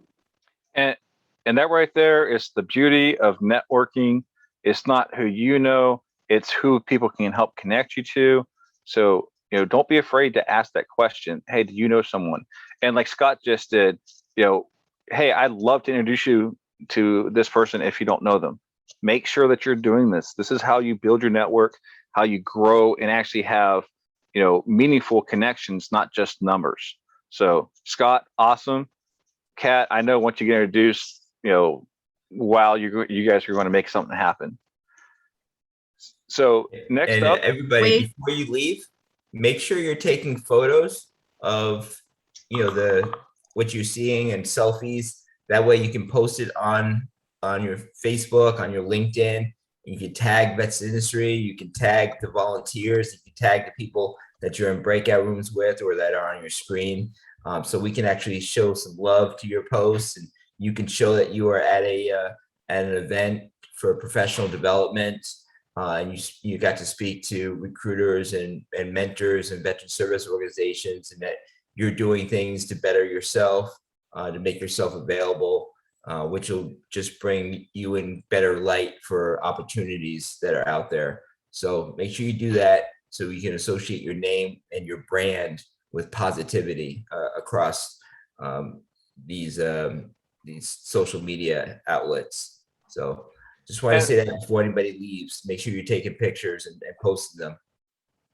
And if you send the picture to me with a cashier's check for whatever amount you think is worthy, I will sign it and send it back to you.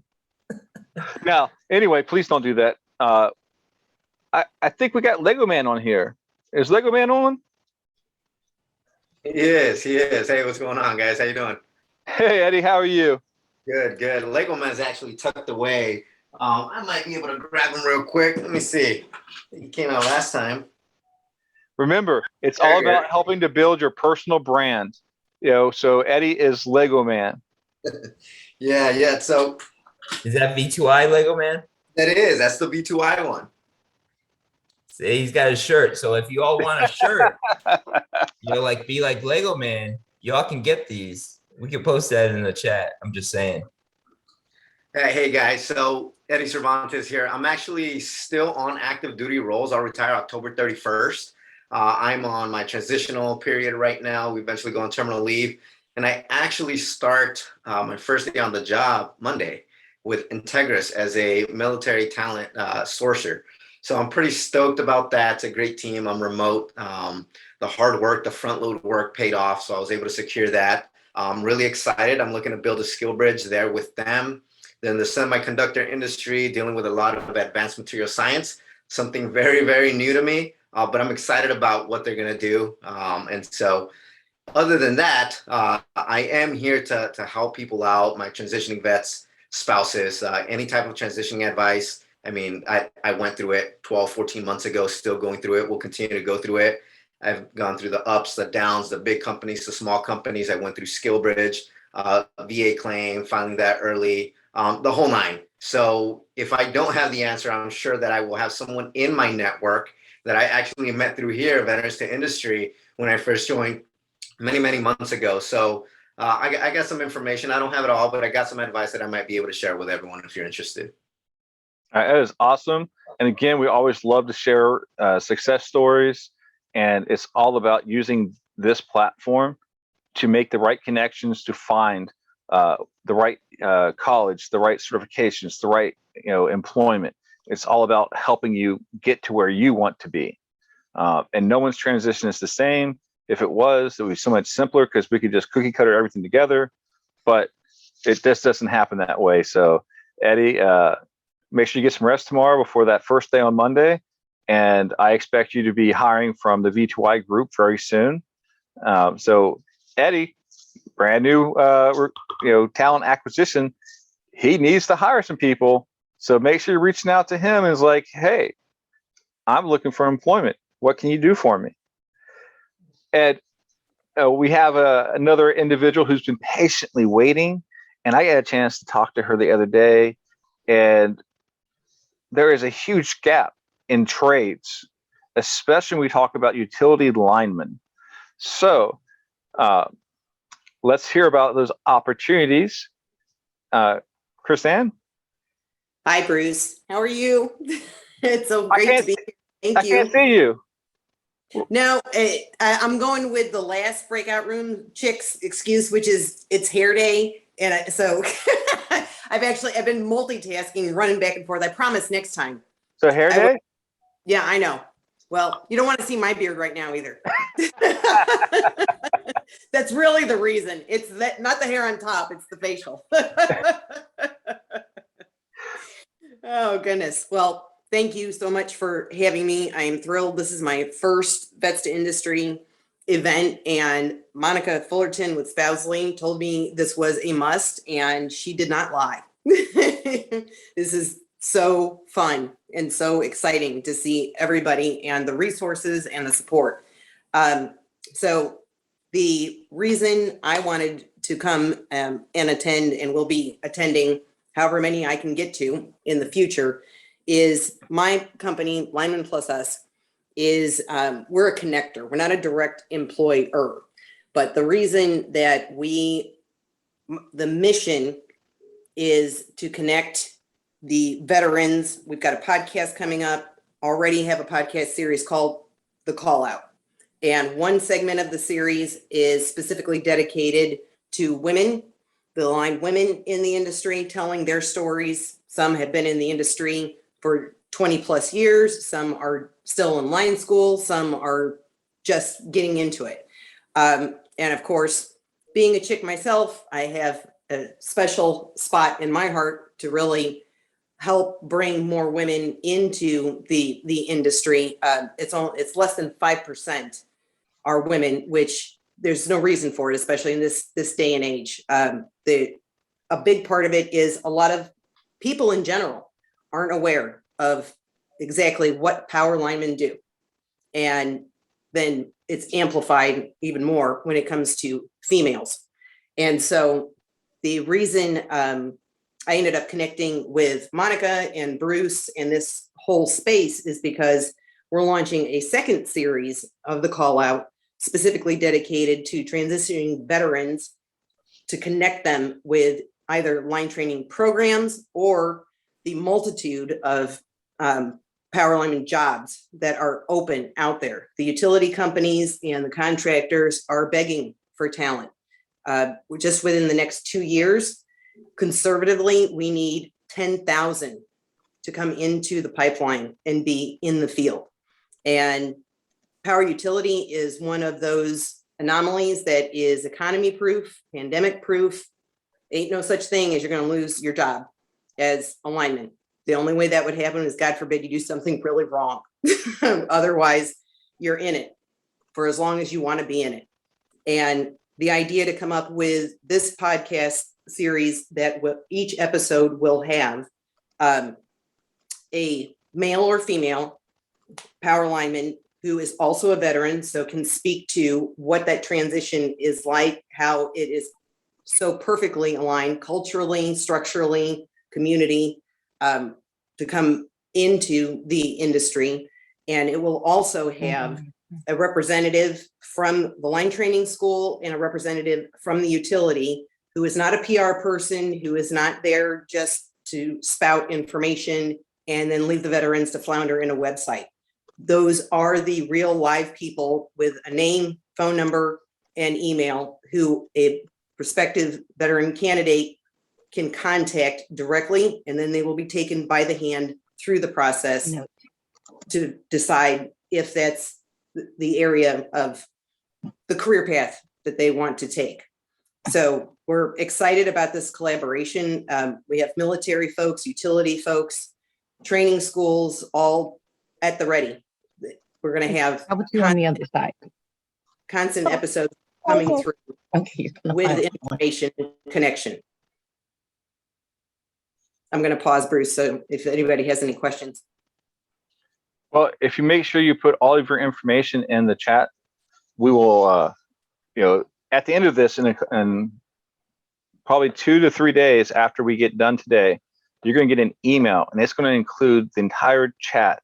So you'll be able to reach out to everybody and all those resources where we know there's just so much awesomeness that's going on here. You can be able to go through that and see those individuals that maybe you didn't link up with on LinkedIn. See those that talked about the resource, their employment, and that way you don't have to damn it, I missed that. We're going to get it to you. So, and it'll be cleaned up a little bit. So we'll be good. And I have put it out there 2-3 times. I will reiterate it a couple of more times. And I also would just like to add that training, if you don't have skills to start with from the military, which is highly unlikely, that would bring you automatically through into the process with experience. Training is on average, depending on the school and the program, initial training is around 6 to 8 months. And then over the span of a couple of 2 to 5 years, you can reach journeyman. But as soon as you graduate from training school, then you are picked up into a lineman role, paid role, and average starting is about 65, 70,000. And once you hit journeyman, without even blinking, you're at 100,000 plus benefits and so on. And then storm response, as so many came back from in Louisiana, it's multiplied. And so many people don't know about the industry and the opportunity. And that can be a launching pad for any number of paths from there. You can couple it with drone training, with safety certification, with a college degree. Sky's the limit. It's so exciting and so much fun. And that's one of those ones that, from the 90s, the 2000s, to the 2010s, that we've talked so much about, college. Well, we forgot about trades, which once you get in there, they're high paying positions. They're in desperate need because we spent 3 decades not talking about, the trades. And so people haven't gone to them. People have gone out and got that degree, even though they didn't know what they wanted to do. So now they have a degree that can't assist them in the job market. They have a lot of student loans to pay back and still trying to figure out how to find that job. Tradesmen do not have that issue. So, take your opportunity and let's get people connected to that. And let's start preaching, back about what keeps America running, what keeps, our day-to-day going. I almost forgot. I'm sorry, one last ad, and then I'll try really hard to be quiet. It's not a guarantee, though. The couple of other things I almost forgot is the GI Bill covers training for the majority of schools if you go to an independent school. And then any of the women in any of the training programs, it's not an exaggeration, they are picked up and have positions waiting for them. I mean, no matter what, you definitely will find a job, no matter which area of the country you go to. But the women are being sought after hard because we need to get more women in the industry. And so way before they even graduate, they have multiple job offers waiting for them. The second they get their certification, boom, they're out, they're working. All right, ladies, you heard that. You want to go out there and get that high paying job, really get yourself in a great, career. Trades, let's go work the lines, go help assist in some of those demographics getting corrected. Next up, Mary Kate, are you on?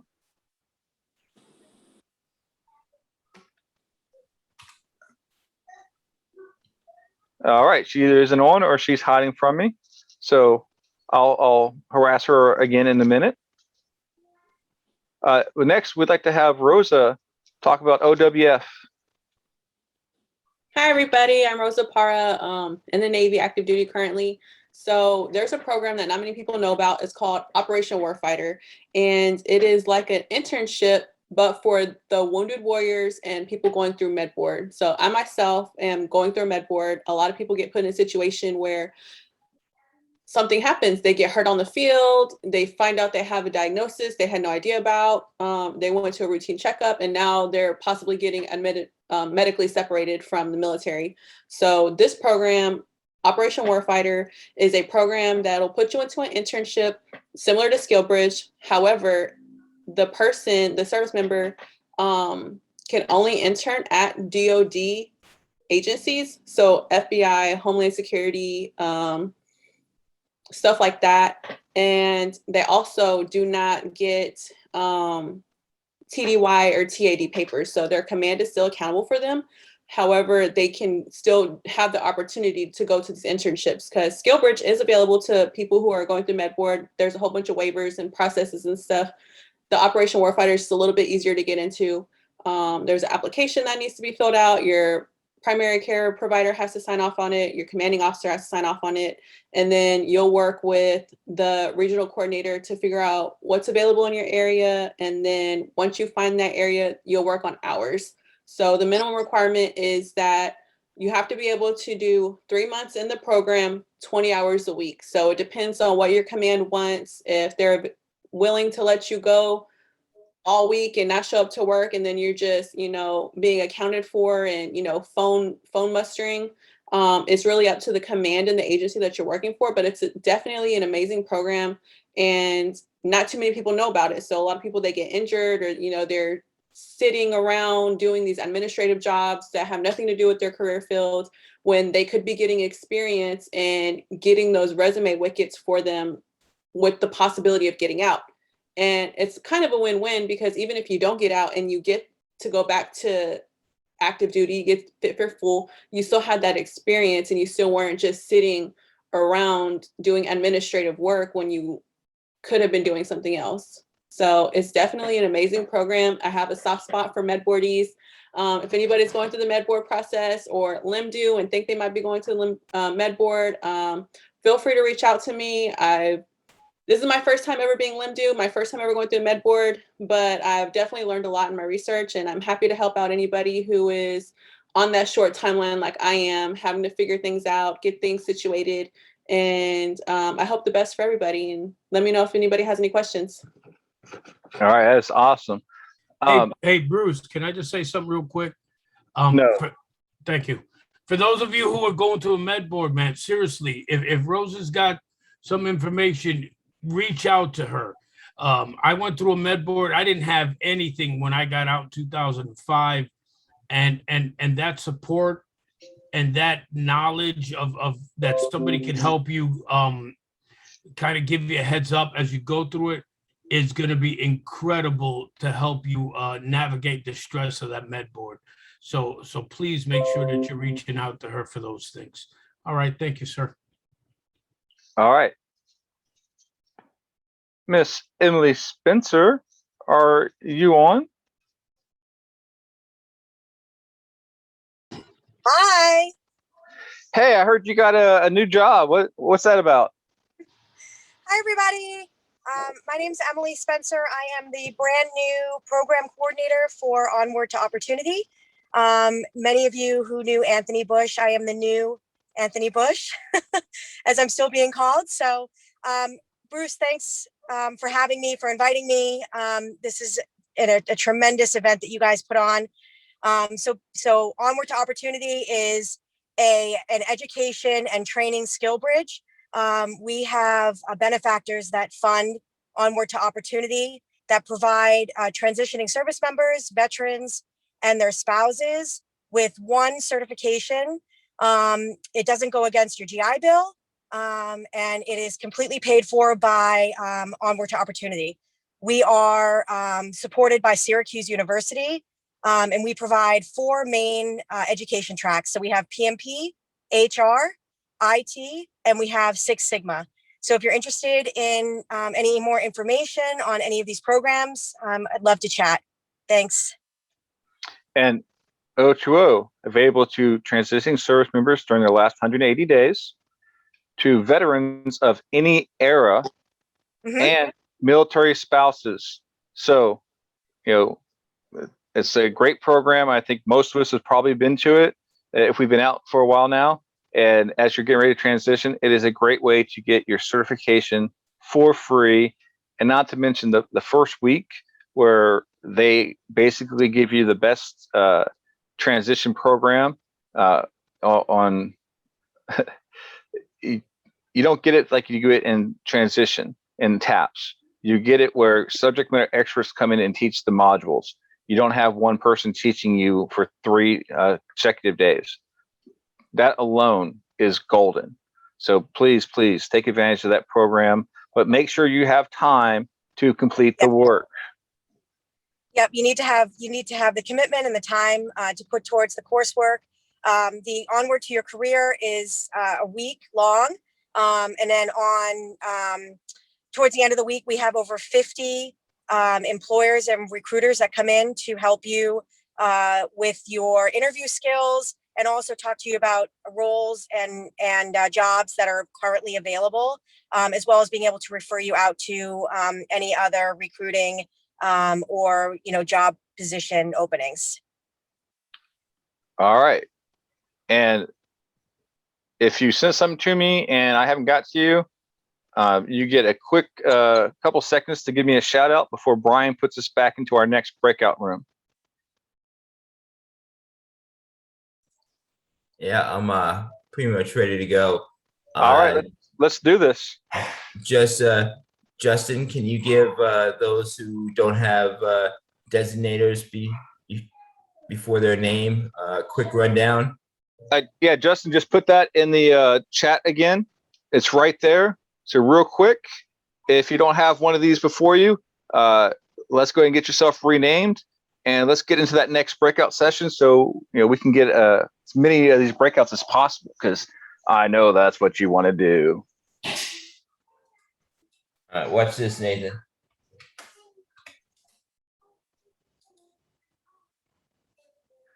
Gotcha.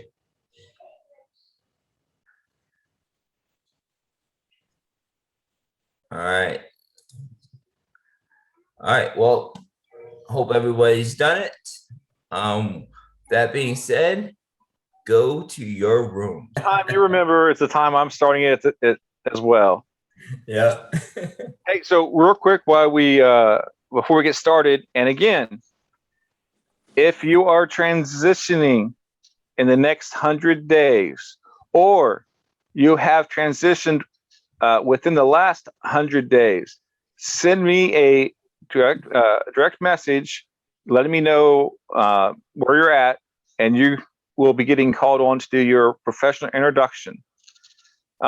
With that said, Jay Garcia, we just talked in the breakout room about a incredible organization.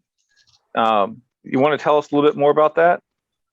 Absolutely, Bruce and team. I mean, if you haven't heard about Vet CTAP, please, I dropped the link here on the chat. Vet CTAP is a fantastic transition seminars that are held in a length of a month on Mondays and Wednesdays from 6 to 9 p.m. Now they're virtual, right? And just picture this. Picture attending TRS or TAPS or TGPS, but this classes and instruction on resume, on interviews, on salary negotiations are being taught by individuals that are already in the industry, hiring managers, recruiters, VPs, directors of HR. They volunteer their time to teach all these classes during Vet CTAP. And at the same time, they're obviously scouting for talent, right?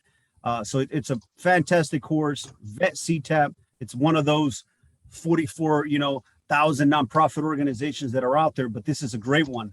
And also for those that are looking to enter into IT, I'm not sure if somebody has mentioned it yet, but Microsoft has the MSSA program, and started, I think, back in May.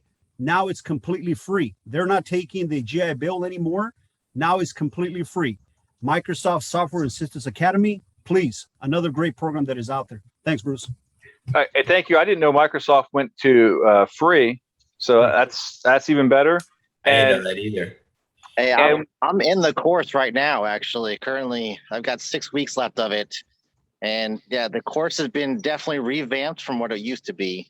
There's a company called Opsgility now that's partnered with Microsoft to run the program.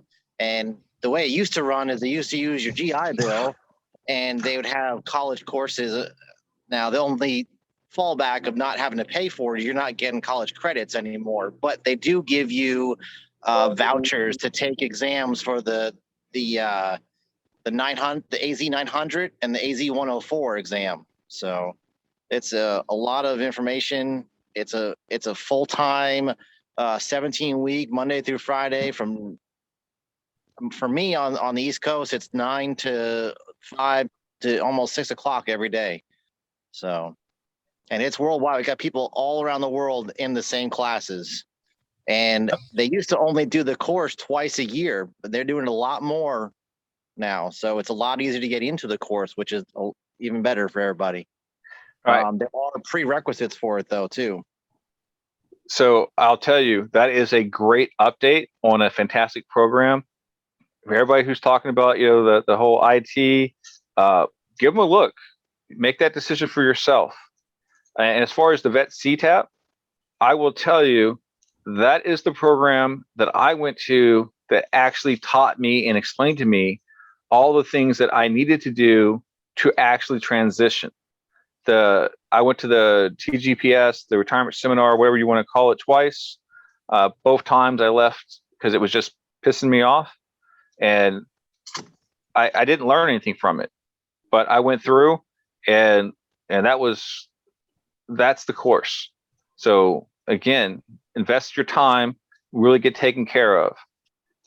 And Derek, Boba Fett is a great Star Wars alter ego of Batman. So that's my Star Wars character too. I love it. All right, now to get down to business. And I'm sorry, Rosa, you have your hand up. Yes. While we're still talking about Microsoft, I said it in the breakout room, but if you didn't know, for anybody who has a military email account, whether you're a contractor or you're still active duty and you're looking to get out, Microsoft offers free training funded by the DoD through Microsoft ESI. I posted the link in the chat. You might have to scroll up a little bit now, but it's free training to get you those Azure fundamentals and all that type of stuff. And it's basically the same website that the people through the Microsoft MSSA program go through, because those classes are also available. Like the person before me said, that they are all-day classes. So if you register for that class, you need to make sure that you ask off a work or something, you put in a leave day or whatever have you, to be able to attend that class. But aside from those virtual classes, they have the regular CBT trainings that you go through at your own pace, and all free, funded by the military. All you have to do is go through there, use your work email, associate your Microsoft email, and enjoy your free training. All right, awesome.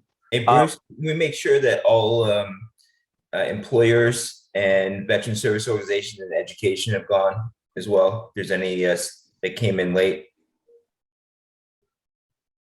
All right, so if you have not spoken and you are a recruiter, you are an employer, you are a resource, or you are a education certification, and you have not had your opportunity to speak, please send me a direct message and we will call on you shortly.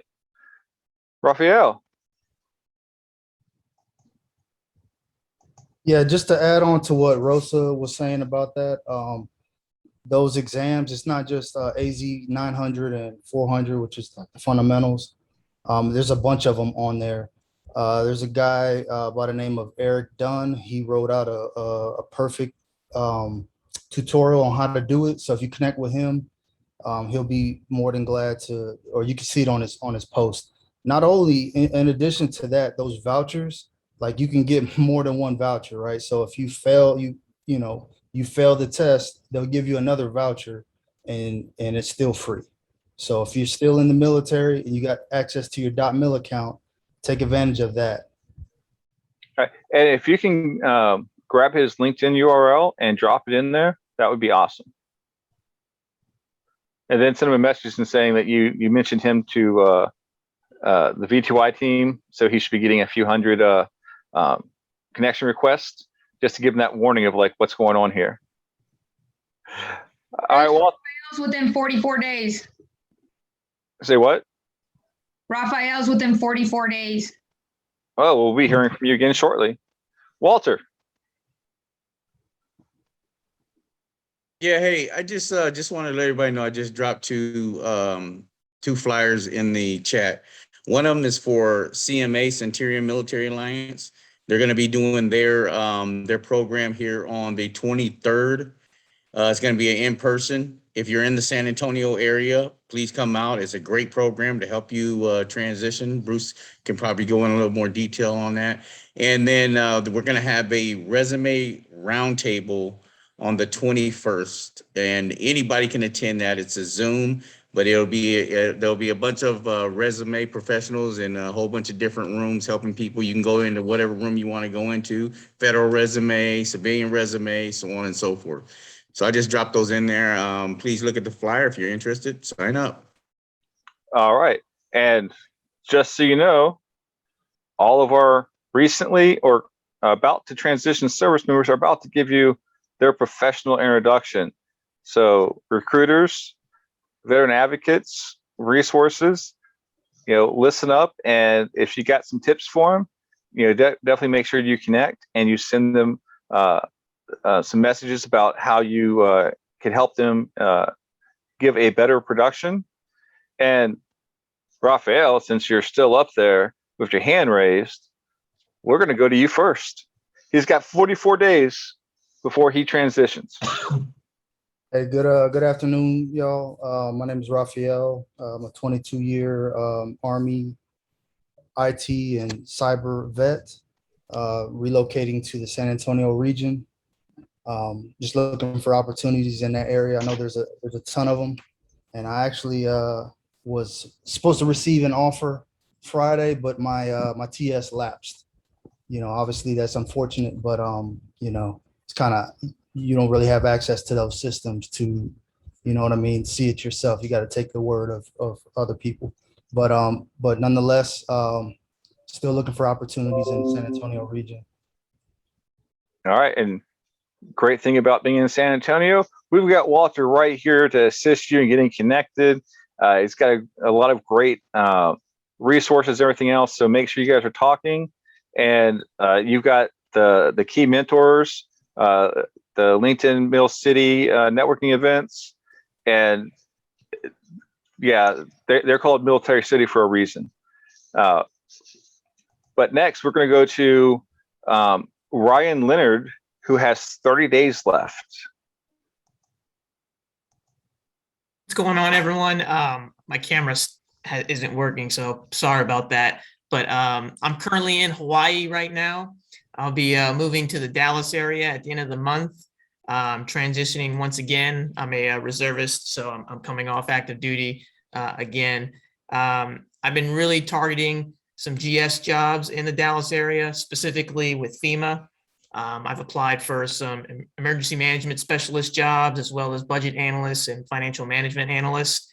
I did connect with Chip a while back, yeah, that's what I've been really trying to focus on is getting me a GS job in the Dallas area. All right. Well, make sure you reach back out to the Chip and kind of remind him that you're getting closer to that availability. All right. Next up, we've got Kareem. He's within the 100 days of getting out. Good afternoon, everyone. Kareem Castillo.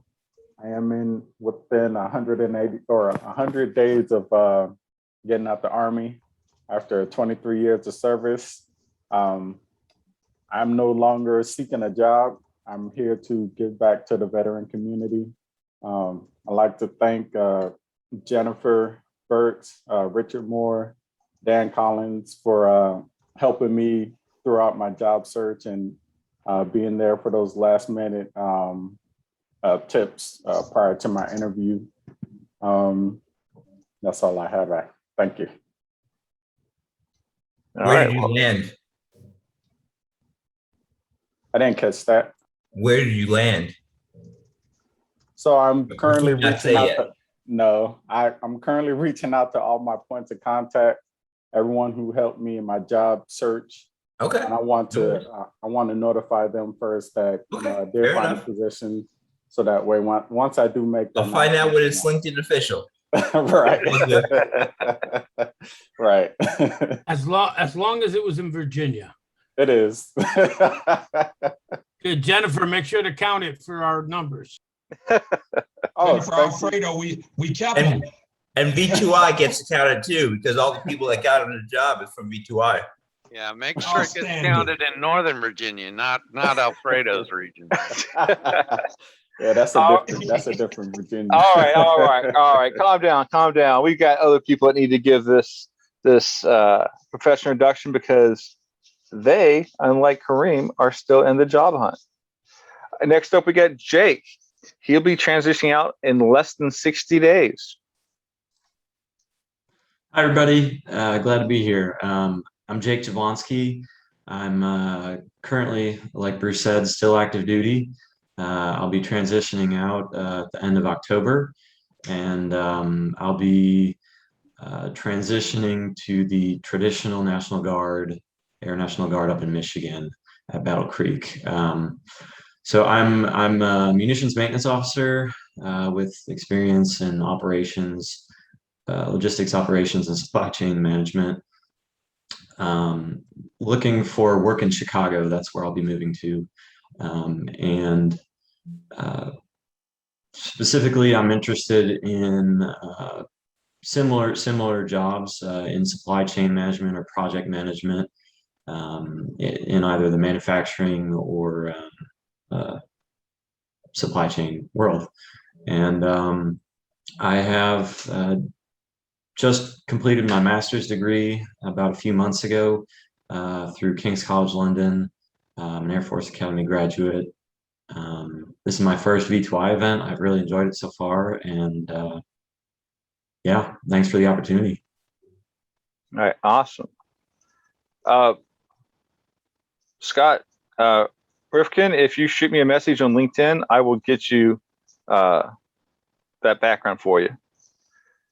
All right, next up, 12 days left before a 20-tier retirement comes to an end. So, Derek, where are you at? Hey, how's it going? I'm Derek Martin. As you guys have already seen, I'm in the Microsoft program right now. I got 22 years in the Navy as an IT. I've done pretty much everything an IT has ever been told to do, tried to do. Between SATCOM, boots on the ground, I've been to Iraq, Afghanistan, doing communications for special forces, you name it. I've been on a patrol craft, raiding the high seas with getting some weapons busts here and there. It's my career has been very well rounded. And once I get out of here at 22 years, I'll be doing IT work again, hopefully.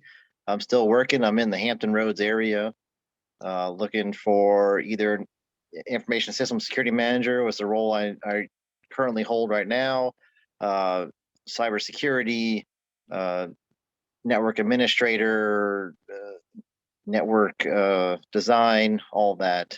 I've done pretty much everything there is for IT my whole career. Trying to hopefully hold on to my clearance once I get out. We'll see how that goes. I got a TSSCI, and there's actually surprisingly not that many jobs that require it. Oh, you're just in the wrong neighborhood. Maybe. I mean, I've been on cleared jobs, LinkedIn. I've been on all those sites, and so I tell you, Richard's going crazy because she's got all kinds of roles for you. You want to come up and talk with Dan Collins in the Northern Virginia area? He'll connect you to all kinds of employers. Alfredo will talk to you about others as well. And Derek, you might have a job by the end of the day. Colorado Springs. So in those, Army veteran who is hiring for Air Force civilian positions, he'll tell you he can't hire enough people with clearances. So you're just looking at the wrong. My only issue is unfortunately I've got to stay in Hampton Roads due to family. There you go. Whoa. You won't lose. I win. No. I'm sorry. You got Tyrone in Hampton Roads. That's not your area. So, Richard, you're on mute. You're still there. You go. GDIT has plenty of them. Click the link I just dropped. All right. Yeah, actually, I've got a recruiter from GDIT helping me out right now. So. All right. And again, this is what we love. You know, you're struggling to find roles and think there aren't out there. You just don't know who to talk to. So welcome to the network of who to talk to. This is what we're Are all you- about. Bruce, are you connected with Tyrone Hewitt? I do not know who that is. Oh, for shame. He's your V3 rep in the Hampton Roads area. You are wrong. You need to get him. And he's with Fleet and Family Services. Amy Rodriguez is the V3 I'm transition. sorry. No, that's all new. Amy is, but So you reach out got to rid me. of Tyrone? Is that what you? No. Tyrone works with Fleet and Family Services. But Derek, reach out to me. I'm going to connect you to Tyrone. I'm going to connect you to Amy. And Richard is already connected. Sent you that link. Don't sleep on these connections, man. Do not sleep on And them. if you're in Veterati, I know of somebody who just got an intel position down there to talk to. He's on the inside. Yeah, this is what we do here, and I'm also helping somebody in private message, connecting him with a recruiter. So I mean, this is I'm sure Bruce is doing the same thing, and a couple other V2I volunteers are doing it as well. So yeah, this is what it's all about. Yeah, I'm looking to start work the first few days of November, so hopefully I can walk into a job then. That's the plan, hopefully. Hey, make the connections. You're gonna see how You fast got to this do works. the work. Oh yeah, I've been trying to hit up everybody on LinkedIn that they send me the links in the chat here. All right. Well, look at what Denise just said. Denise just put something down there too. She wants you. All right. So I've got one more person that wants to give their spill. Yeah, I see you shaking your head. I'm coming to you. So this person has been transitioned out for a year or 10, but is getting back into the whole HR scene. So, Portia, can you tell us a little bit about yourself?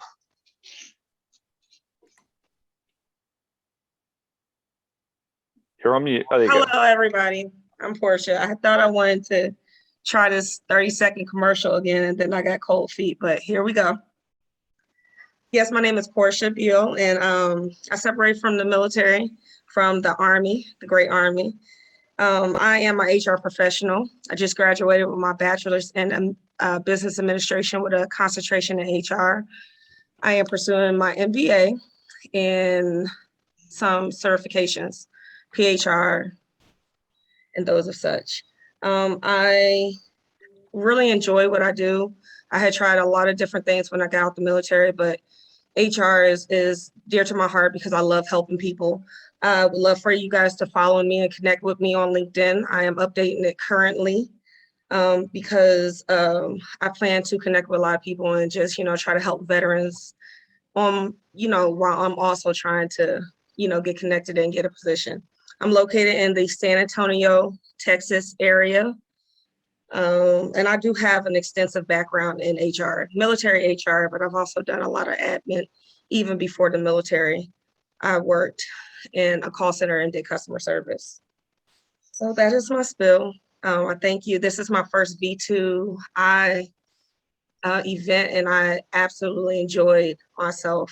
My first time meeting Hope White yesterday, and got a wealth of information about federal positions and my resume. So I look forward to this journey and look forward to meeting everybody, and thank you for your time.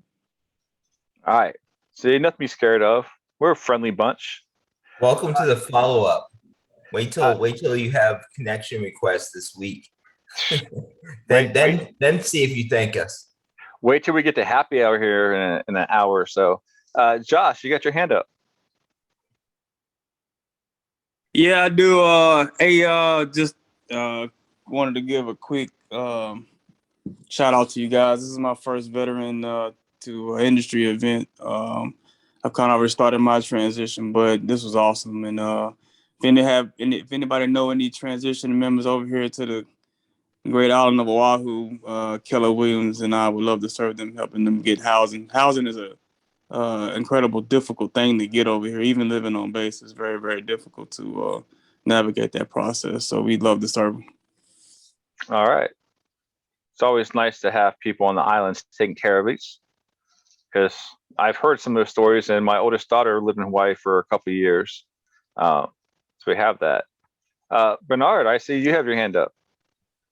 Yes, good afternoon. First of all, I want to give a shout out to Larry Lee for inviting me to participate in this event. So I'm already connected to a bunch of the folks here. So thank you very much, and V2I, of course, right? So again, my name is Bernard. I am a transitioning service member with 26 years of active duty service in the Navy as an operations specialist senior chief petty officer. I'm currently assigned at Special Operations Command Central, MacDill Air Force Base, and live in Riverview, Florida. I previously served as current operations senior enlisted leader. I also have a Master's of Science in Strategic Leadership from the University of Charleston, and I hold an active TSSCI.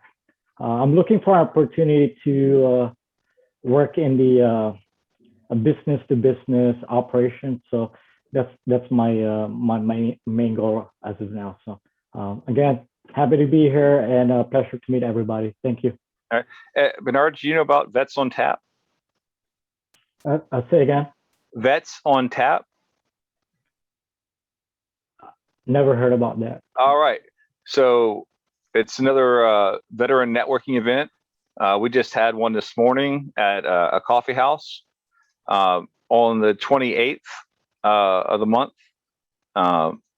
Starting at 6 p.m., we'll be at Veterans United Craft Brewery, and it is our large networking event for the month.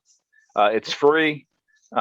We just bring everybody together in the same room, and there we go. So just come out. We're casual. I'll be there in a t-shirt, baseball cap, and maybe I'll get dressed up and put on shorts instead of basketball shorts. But you never know what I'm going to show up. So definitely, if we're not connected, make sure you reach out. Let me know. Because again, if it's happening in Northeast Florida, we got a good little Jacksonville Mafia here, V2I members that take care of you. And Jay, I'm gonna let you say one more thing, but then you got to shut up. That's all I need. No, I was saying, don't forget about Veterans Beer Club. Yeah. So depending on where you are, Southern California Veterans Beer Club, it is the original. It is a great place to go network. We got Veterans Beer Club. You just got to go to the website. They got great locations. And again, it's getting together, networking with those that are in our community, those that want to hire our community, people that just want to provide assistance. Networking. Don't be afraid to go to a non-veteran networking event. If you're getting into HR, go to your local SHRM events. SHRM, governing body for HR. It's trying to be project manager. PMI has local volunteer chapters. Make sure that you're looking for these different things. Join, some of these, organizations that kind of maintain the certification or the who's who in your industry. It's an investment in yourself. So I've got two more people that want to give their spill. Then we're going to go to our breakout room. In between that next breakout room, we're going to give some great information that is really going to be helpful as you start doing some of your transition process. Then we're going to get in another breakout room so we can get two more in before the 7 o'clock hour. So, Giovanni, let's hear your professional introduction. Thank you, Bruce, and thank you again for the very energetic intro. Well, So, I'm going to say, I think you're the best dressed today. You actually, said, "Hey, I'm doing this right. I'm suiting up." I love it. Thank you. I just, like I said in one of the chat room groups, I just gotta test it out, spend some time in it. But either way, my name is Giovanni Mejia. I'm a Marine Corps veteran that is transitioning from the aviation community over to the IT and cybersecurity field. It's nice to see a couple of familiar faces, even though I haven't seen them personally. Seeing Jay, seeing Richard over at General Dynamics, and I'm just happy to network and see the opportunities out here. All right. Well, you got to be better at selling yourself. That's a nice little networking thing. But I need you to tell me who you are, what you're looking to do, and what you bring to the table. So I'm going to give you a chance to think about that, and we're going to redo yours here in about 45 seconds. Dusty. All right, you done heard me harass Giovanni, so let's hear your great 30-second commercial. Yes, absolutely. Unlike Giovanni, I am not quite as shy. I'm very open. I am a Marine Corps veteran. I'm getting out after 8 years. Currently enrolled in a skill bridge called Sales Platoon. I don't know if you've ever heard of it, but I highly recommend you check it out. Speaking about Sales Platoon, I am looking to transition into sales roles, namely account executive and BDR type roles. I plan on moving to the Tallahassee, Florida area. So looking for jobs, preferably remote. However, if there is an opportunity in the Tallahassee area, I am definitely open to it. And I would definitely love to Bernard. Anyway, I would definitely love to meet up with any of you and connect with any of you on LinkedIn. I just sent it in the chat, and that is my roughly 30-second spiel. If you would like me to elaborate, just let me know. And again, make sure you guys are dropping your LinkedIn information so we can get connected to you. And everybody that's come on here and has posted their LinkedIn, this is how we do it. We build our network. This whole week should be following up. Make sure that, if you want a number, great, go be a number. But we want actual connections that will work for you.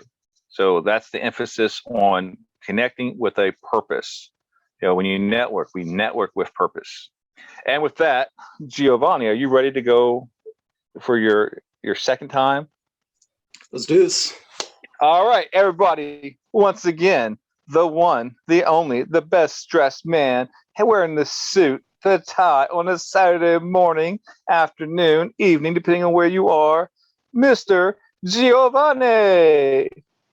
Hello, everyone. My name is Giovanni Mejia, and I'm a Marine Corps veteran. I come with a lot of experience with maintenance, and I'm getting into the IT and cybersecurity field. I am a person who can learn quickly and fast. While I was in the Marine Corps, I had no knowledge of tools. I could barely use a hammer and a screwdriver. Once I got out, I was fixing F-18 engines, and even going into SpaceX, I was launching rockets. I am a person who loves to learn. I'm always humbled. I'm absolutely thankful for every type of constructive criticism I can get. And I just really want to network with everyone and get a new job. Thank you. All right, that was worlds better. What you told me was you didn't know how to use anything more than a hammer and a screwdriver, and you started working on jet engines. Like, wow, you just taught me how much you can learn. You also just told me you work on jet engines. You understand, way more than I do. I just know when I hop on and they start shaking, I'm on a Marine Corps helicopter. That's what we're looking for. What do you have? What have you done? What do you bring out there? And that's what you have to do. You have to emphasize on what you're looking for. And again, everybody wants to get into IT, but you got some great skills outside IT if you really want to take those to market. So with that said, we're going to go to our next breakout session. We're going to come back. We're going to have a couple people talk about some really awesome things. And then we're going to get real quick back into another breakout session because that's what you all want. And I want you to get to at least 4 before we go. So, Mr. Arrington, can you send us to our rooms? Well, it's the first time somebody's asked me to send them to a room. So, yeah, go to your room. Sometimes you have to let, the Army guy here saying, sometimes you have to let your troubled children go.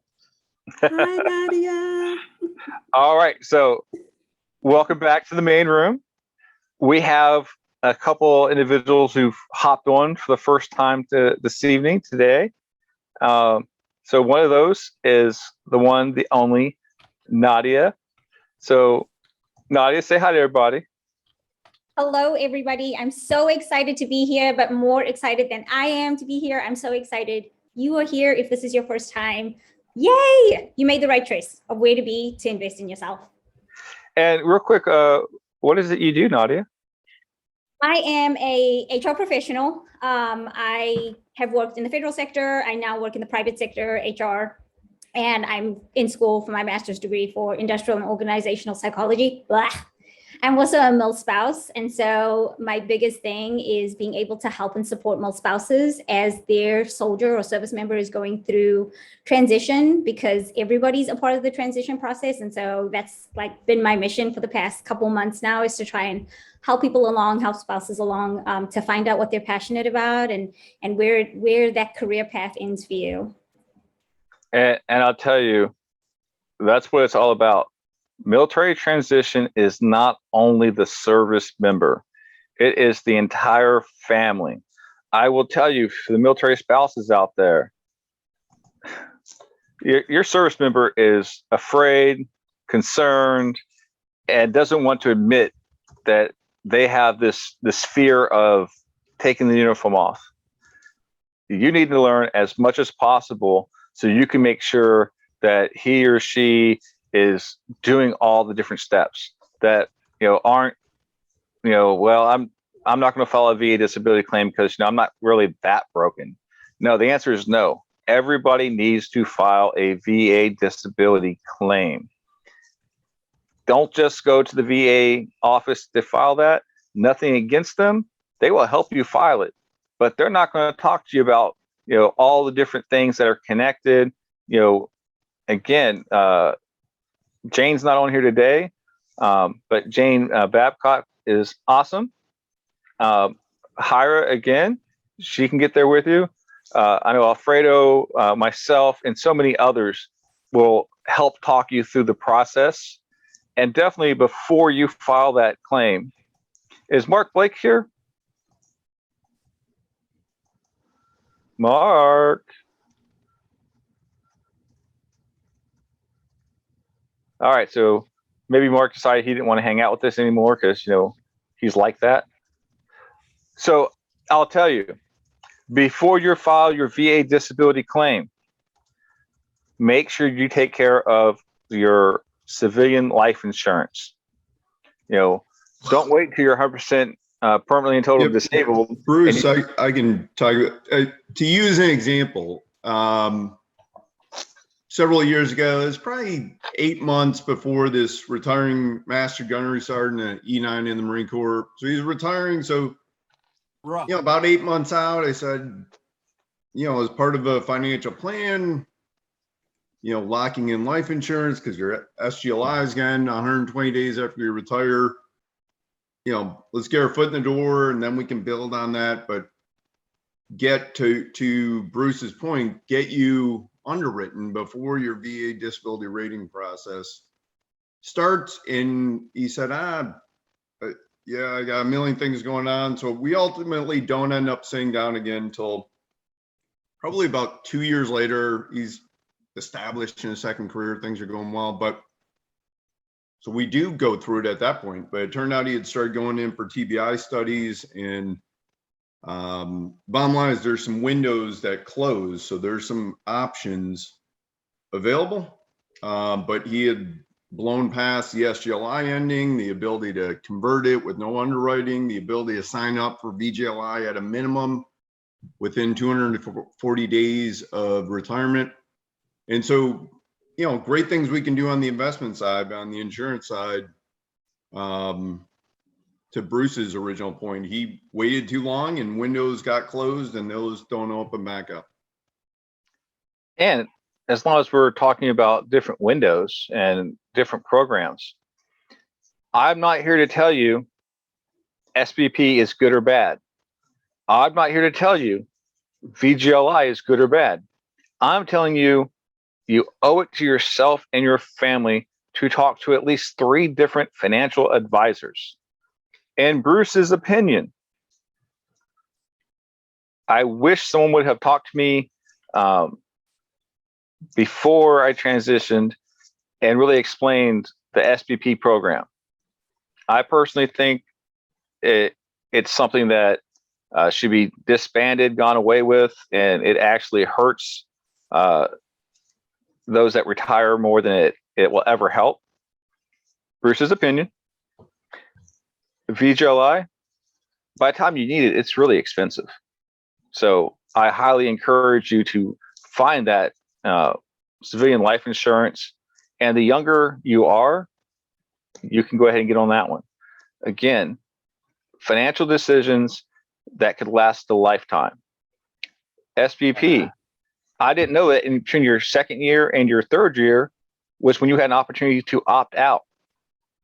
I found out about this about my 38th month from Mark Blake, because we were at a networking event here in Jacksonville, and it was like, damn it. So yeah, I'm one of those victims that I have. I mean, I'm one of those people that have that. Ask questions. You are not as smart as you think you are. Talk to people that have been there, have done it. You know, everybody's like, yeah, I got this transition down pat. Okay. If you've never transitioned, you don't know what you're doing. So anybody who's giving you advice that has not gone through the transition process, you need to question it. You need to find out those people who are, find those resources, find those subject matter experts, do your research. Robert, I see you got a hand up. Can you hear me? I got you. Hey, I'm at this moment, I'm trying to do that. I'm already talked to 2 different companies for insurance, and well, they're asking for my military record. So even if I say that I don't have anything, my record says otherwise. So. And again, you got Jeff O'Neill here and a couple others. Talk to them, get some guidance, you know, and be informed as you move forward. Mm-hmm. Can they post their names again here so I can get who you're talking about? Sure. Hey, Sean, Yeah, do you want to post Mark's information? Mark Blake, yeah. If I could just share, I just submitted my claim. I got my second honorable discharge in '98, and finally got approved for healthcare. One of those Cold War veterans, and the first 2 times I applied, they denied me. But I made an appointment with the benefits office at the North Las Vegas VA Hospital, Spring Hospital, and they helped me with every step in the process. So I wish I had done this a lot sooner. Not sure what the results are going to be, but we talked about everything, and there was stuff that I didn't have on my initial application. We added it in the meeting, and then they submitted it. So yeah, it's never too late. There's a lot to know about. Walter. Yeah, I just wanted to jump on what you said. The even when you transition and you start using the VA and going to the VA, you know, you can walk by a veteran, you know, and this, I'm not saying this to downplay anybody, but you can walk by a veteran and have an issue and talk to them, and they'll know, but they still won't tell you about it. So you have to talk to folks. You really have to get out there and you have to talk to folks, and always remember. And this isn't all VA personnel, but people that work at the VA, they work for the VA. That's it. Yep. And again, we are powerful together.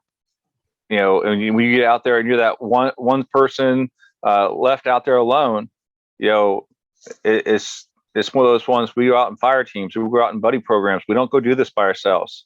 We have to make sure that we're assisting each other, we're helping, we're sharing resources, and that's what we're here about. Again, you know, you've heard myself and a few others talk about great programs that are not V2I. V2I is in competition with absolutely no one. If someone else is doing it and doing it well, we're going to tell you to go talk to them. We're going to tell you to go see them. You're going to go on our free resource library, and guess what? That's where they're going to be. Oh, I see, Nadia. You've got a. Is that someone searching for employment? Yeah, my boss just came in and said that it's time to go. All right. Not yet, boss. We got at least 3 more hours of this. Jay, I see your hands raised. However, you told me you were not going to mention anything ever again. Nah. What you got, Jay? No, I was going to say, so 2 things here, right? So number one, when you apply for claims with the VA, and I think Walter mentioned it, right? The VSO, they work for the VA, right? They're not gonna fight for you. If you want somebody to fight for you, that's when you got to go to a nonprofit organization like DVA or Wounded Warrior, one of those other nonprofit organizations that are going to take the fight to the VA for you. So that's that. The other one, we talk about life insurance, right? Everybody thinks about the service member. Hey, I'm going to get my life insurance. How about the spouse to get her life insurance as well, or his life insurance, right? For the service member, we got it easy. The spouse is the one that has to juggle and do a lot of shit. Pardon my French, right? They do a lot. So what happens if my wife dies? Then what? You see what I'm saying? So please, let's make sure that we don't forget to get a life insurance for the spouse as well, right? I went and I don't want everybody to go there, right? But I use USAA. With USAA, all that they did was took my a blood sample and a urine example. I mean, that was pretty much, it was that easy, right? The same thing with my spouse, right? So life insurance, think about both, right? We talk about transition, life insurance, please, let's also count for the spouse. I'll shut up, man. That's it. And again, transition is a whole family thing. It's not just the service member, it's the whole service. And those of y'all who've got those high schoolers, middle school, ready to go to high school, you need to be talking to them, because I'll tell you, they need to be included. Although they might not have a final say, their input is needed. So with that being said, can I jump on real quick, Bruce? the floor is yours. Okay, sorry. So as we talk about this VA claim piece, one of the biggest things to know is whether you're talking to your provider, when you're getting ready to do a personal statement, they really don't care about your symptoms. They want to know the functional impact of your disability. If you don't know what that is and how to talk about it, that is why I am here. Because when it comes to services, they don't care what your symptoms are. They want to know, how is this potentially a barrier to employment or work? And so it's changing the narrative. And I want to help people create a narrative about your injuries and disabilities, because otherwise they don't really care about the symptoms. And that's a lot of times people misstep when they're submitting all this documentation and talking to their providers. So just know that the medical side wants to know symptoms, but the disability services and compensation sides wants to know about functional impact. So they are different. It's where a lot of people don't realize it. And that's, think about long-term impact, not just what you're feeling today, but how is that injury going to, probably develop over your lifetime. So please know that when it comes to your claims. And when we talk about spouses too in the transition, we can also provide a buddy or spouse statement speaking to kind of what you're going through as well, that maybe you don't see, and that can also be added to your claims package. So you have another voice saying, here's what's going on. So just a little advice there. All right. Mary Kate, are you on? Don't be shy. I'm on. What's up, Bruce? Mary Kate, so I'm going to tell everybody a secret here. I applied for a position at Project Management Institute. It was this cool position. I was like, I'm going to love it. And so I went through the whole process. I got my referral. I got the inside scoop. And then I went and had the interview. And it went very, very well. And then all of a sudden, there's a certain person who came out here and was like, applied for a different role, but internal referral took that role away. So lo and behold, Mary Kate says, hey, I'm applying for this position. I'm like, hey, that's the position I just applied for. And so I gave her the entire scoop of, hey, here's this, here's that. You know what she did? She went out and got the job instead of me. Yeah, and one, this is awesome because me and Probably Mary a Kate. better candidate. Well, I'm not gonna go there. I gave her all the secrets, but no, it was awesome. And when they were calling in, kind of like maybe we kind of tell them, I'm like, hey, did you guys hire Mary Kate? And they finally like, yes. And all of a sudden I'm excited. And I'm like, hell yeah, you made a great choice. And they're like, that we're calling to tell you you didn't get the position, right? I'm like, yeah, I got that. So Mary Kay is a proud member of the Project Management Institute family. She is going to be the one who's going to go out there and be at these recruiting events, going out and speaking and virtually and in person when the in-person starts to really pick up.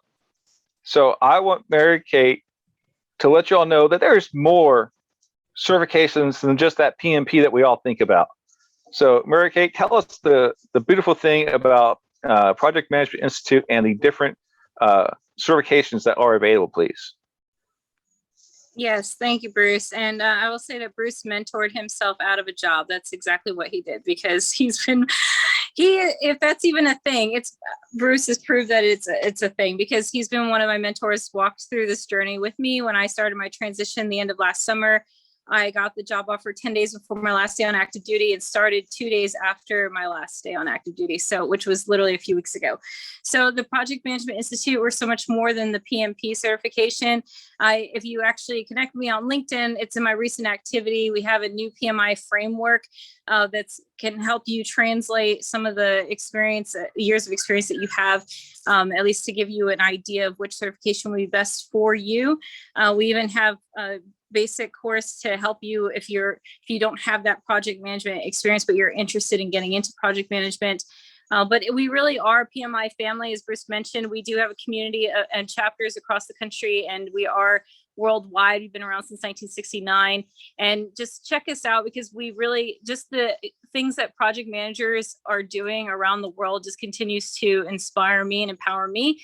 And I don't even have the PMP certification, but we do have a lot of roles open right now, telework opportunities, and I will be spearheading the military initiative PMI. So looking forward to helping our veterans and military community learn more about PMI. And I don't want to take up too much time with certifications, but please connect with me on LinkedIn, and I'll be happy to talk to you more about it. Thanks, Bruce. And connect with Mary Kate, because not only can she talk about PMI, and I just put 2 things in there which talks about the frameworks for the different programs they have. Definitely check out those.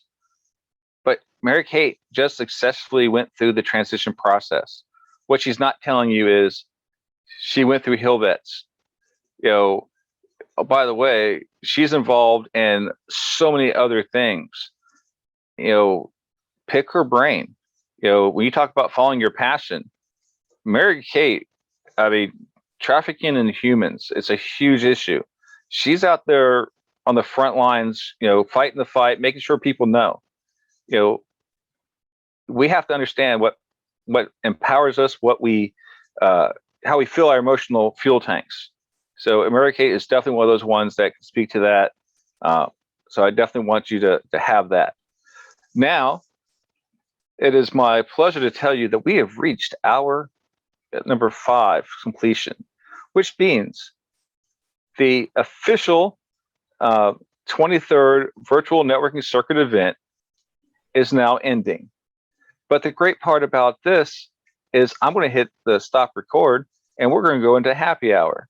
Happy hour, you're going to see a lot more questions being asked, answered, more conversations where everybody can be involved. There's 52 of us. I'm not putting you back in breakout rooms. Again, if you're going to go because it's the 5-hour mark and that's what you scheduled, so be it. If you want to stay on, we'll be on for at least an hour. Since I'm in control, who knows? We'll go till the last one standing. No, but really, we appreciate everybody's attendance. Some of the recruiters, been here for 5 hours. It's just thank you. We love the fact that you continue to come support and find amazing military veteran and military spouse talent. Please make sure that we're reaching out, that we're connecting, and it's not about a number. You'll hear me keep saying this. it's not about how many connections you can get on LinkedIn or anywhere else. It does not matter. It's about how many actual relationships that you have built, and again, I believe, Jay said it in the room earlier. We always talk about networking, and networking. Your network equals your net worth. And more importantly, it's how many people know who you are. Do they know that you're searching for employment? Do they know you're transitioning out of service? Do they know what you want to do? Do they know where you want to do it? Do they have enough ideas about you that they can mention your name to somebody who could be in that hiring, could be a future employer for you? That's what you have to do. And again, when you connect, don't immediately go and ask them to buy your product or to get you a job, or build a conversation, build a relationship, and that's what it's all about. So with that one, I am going to stop recording.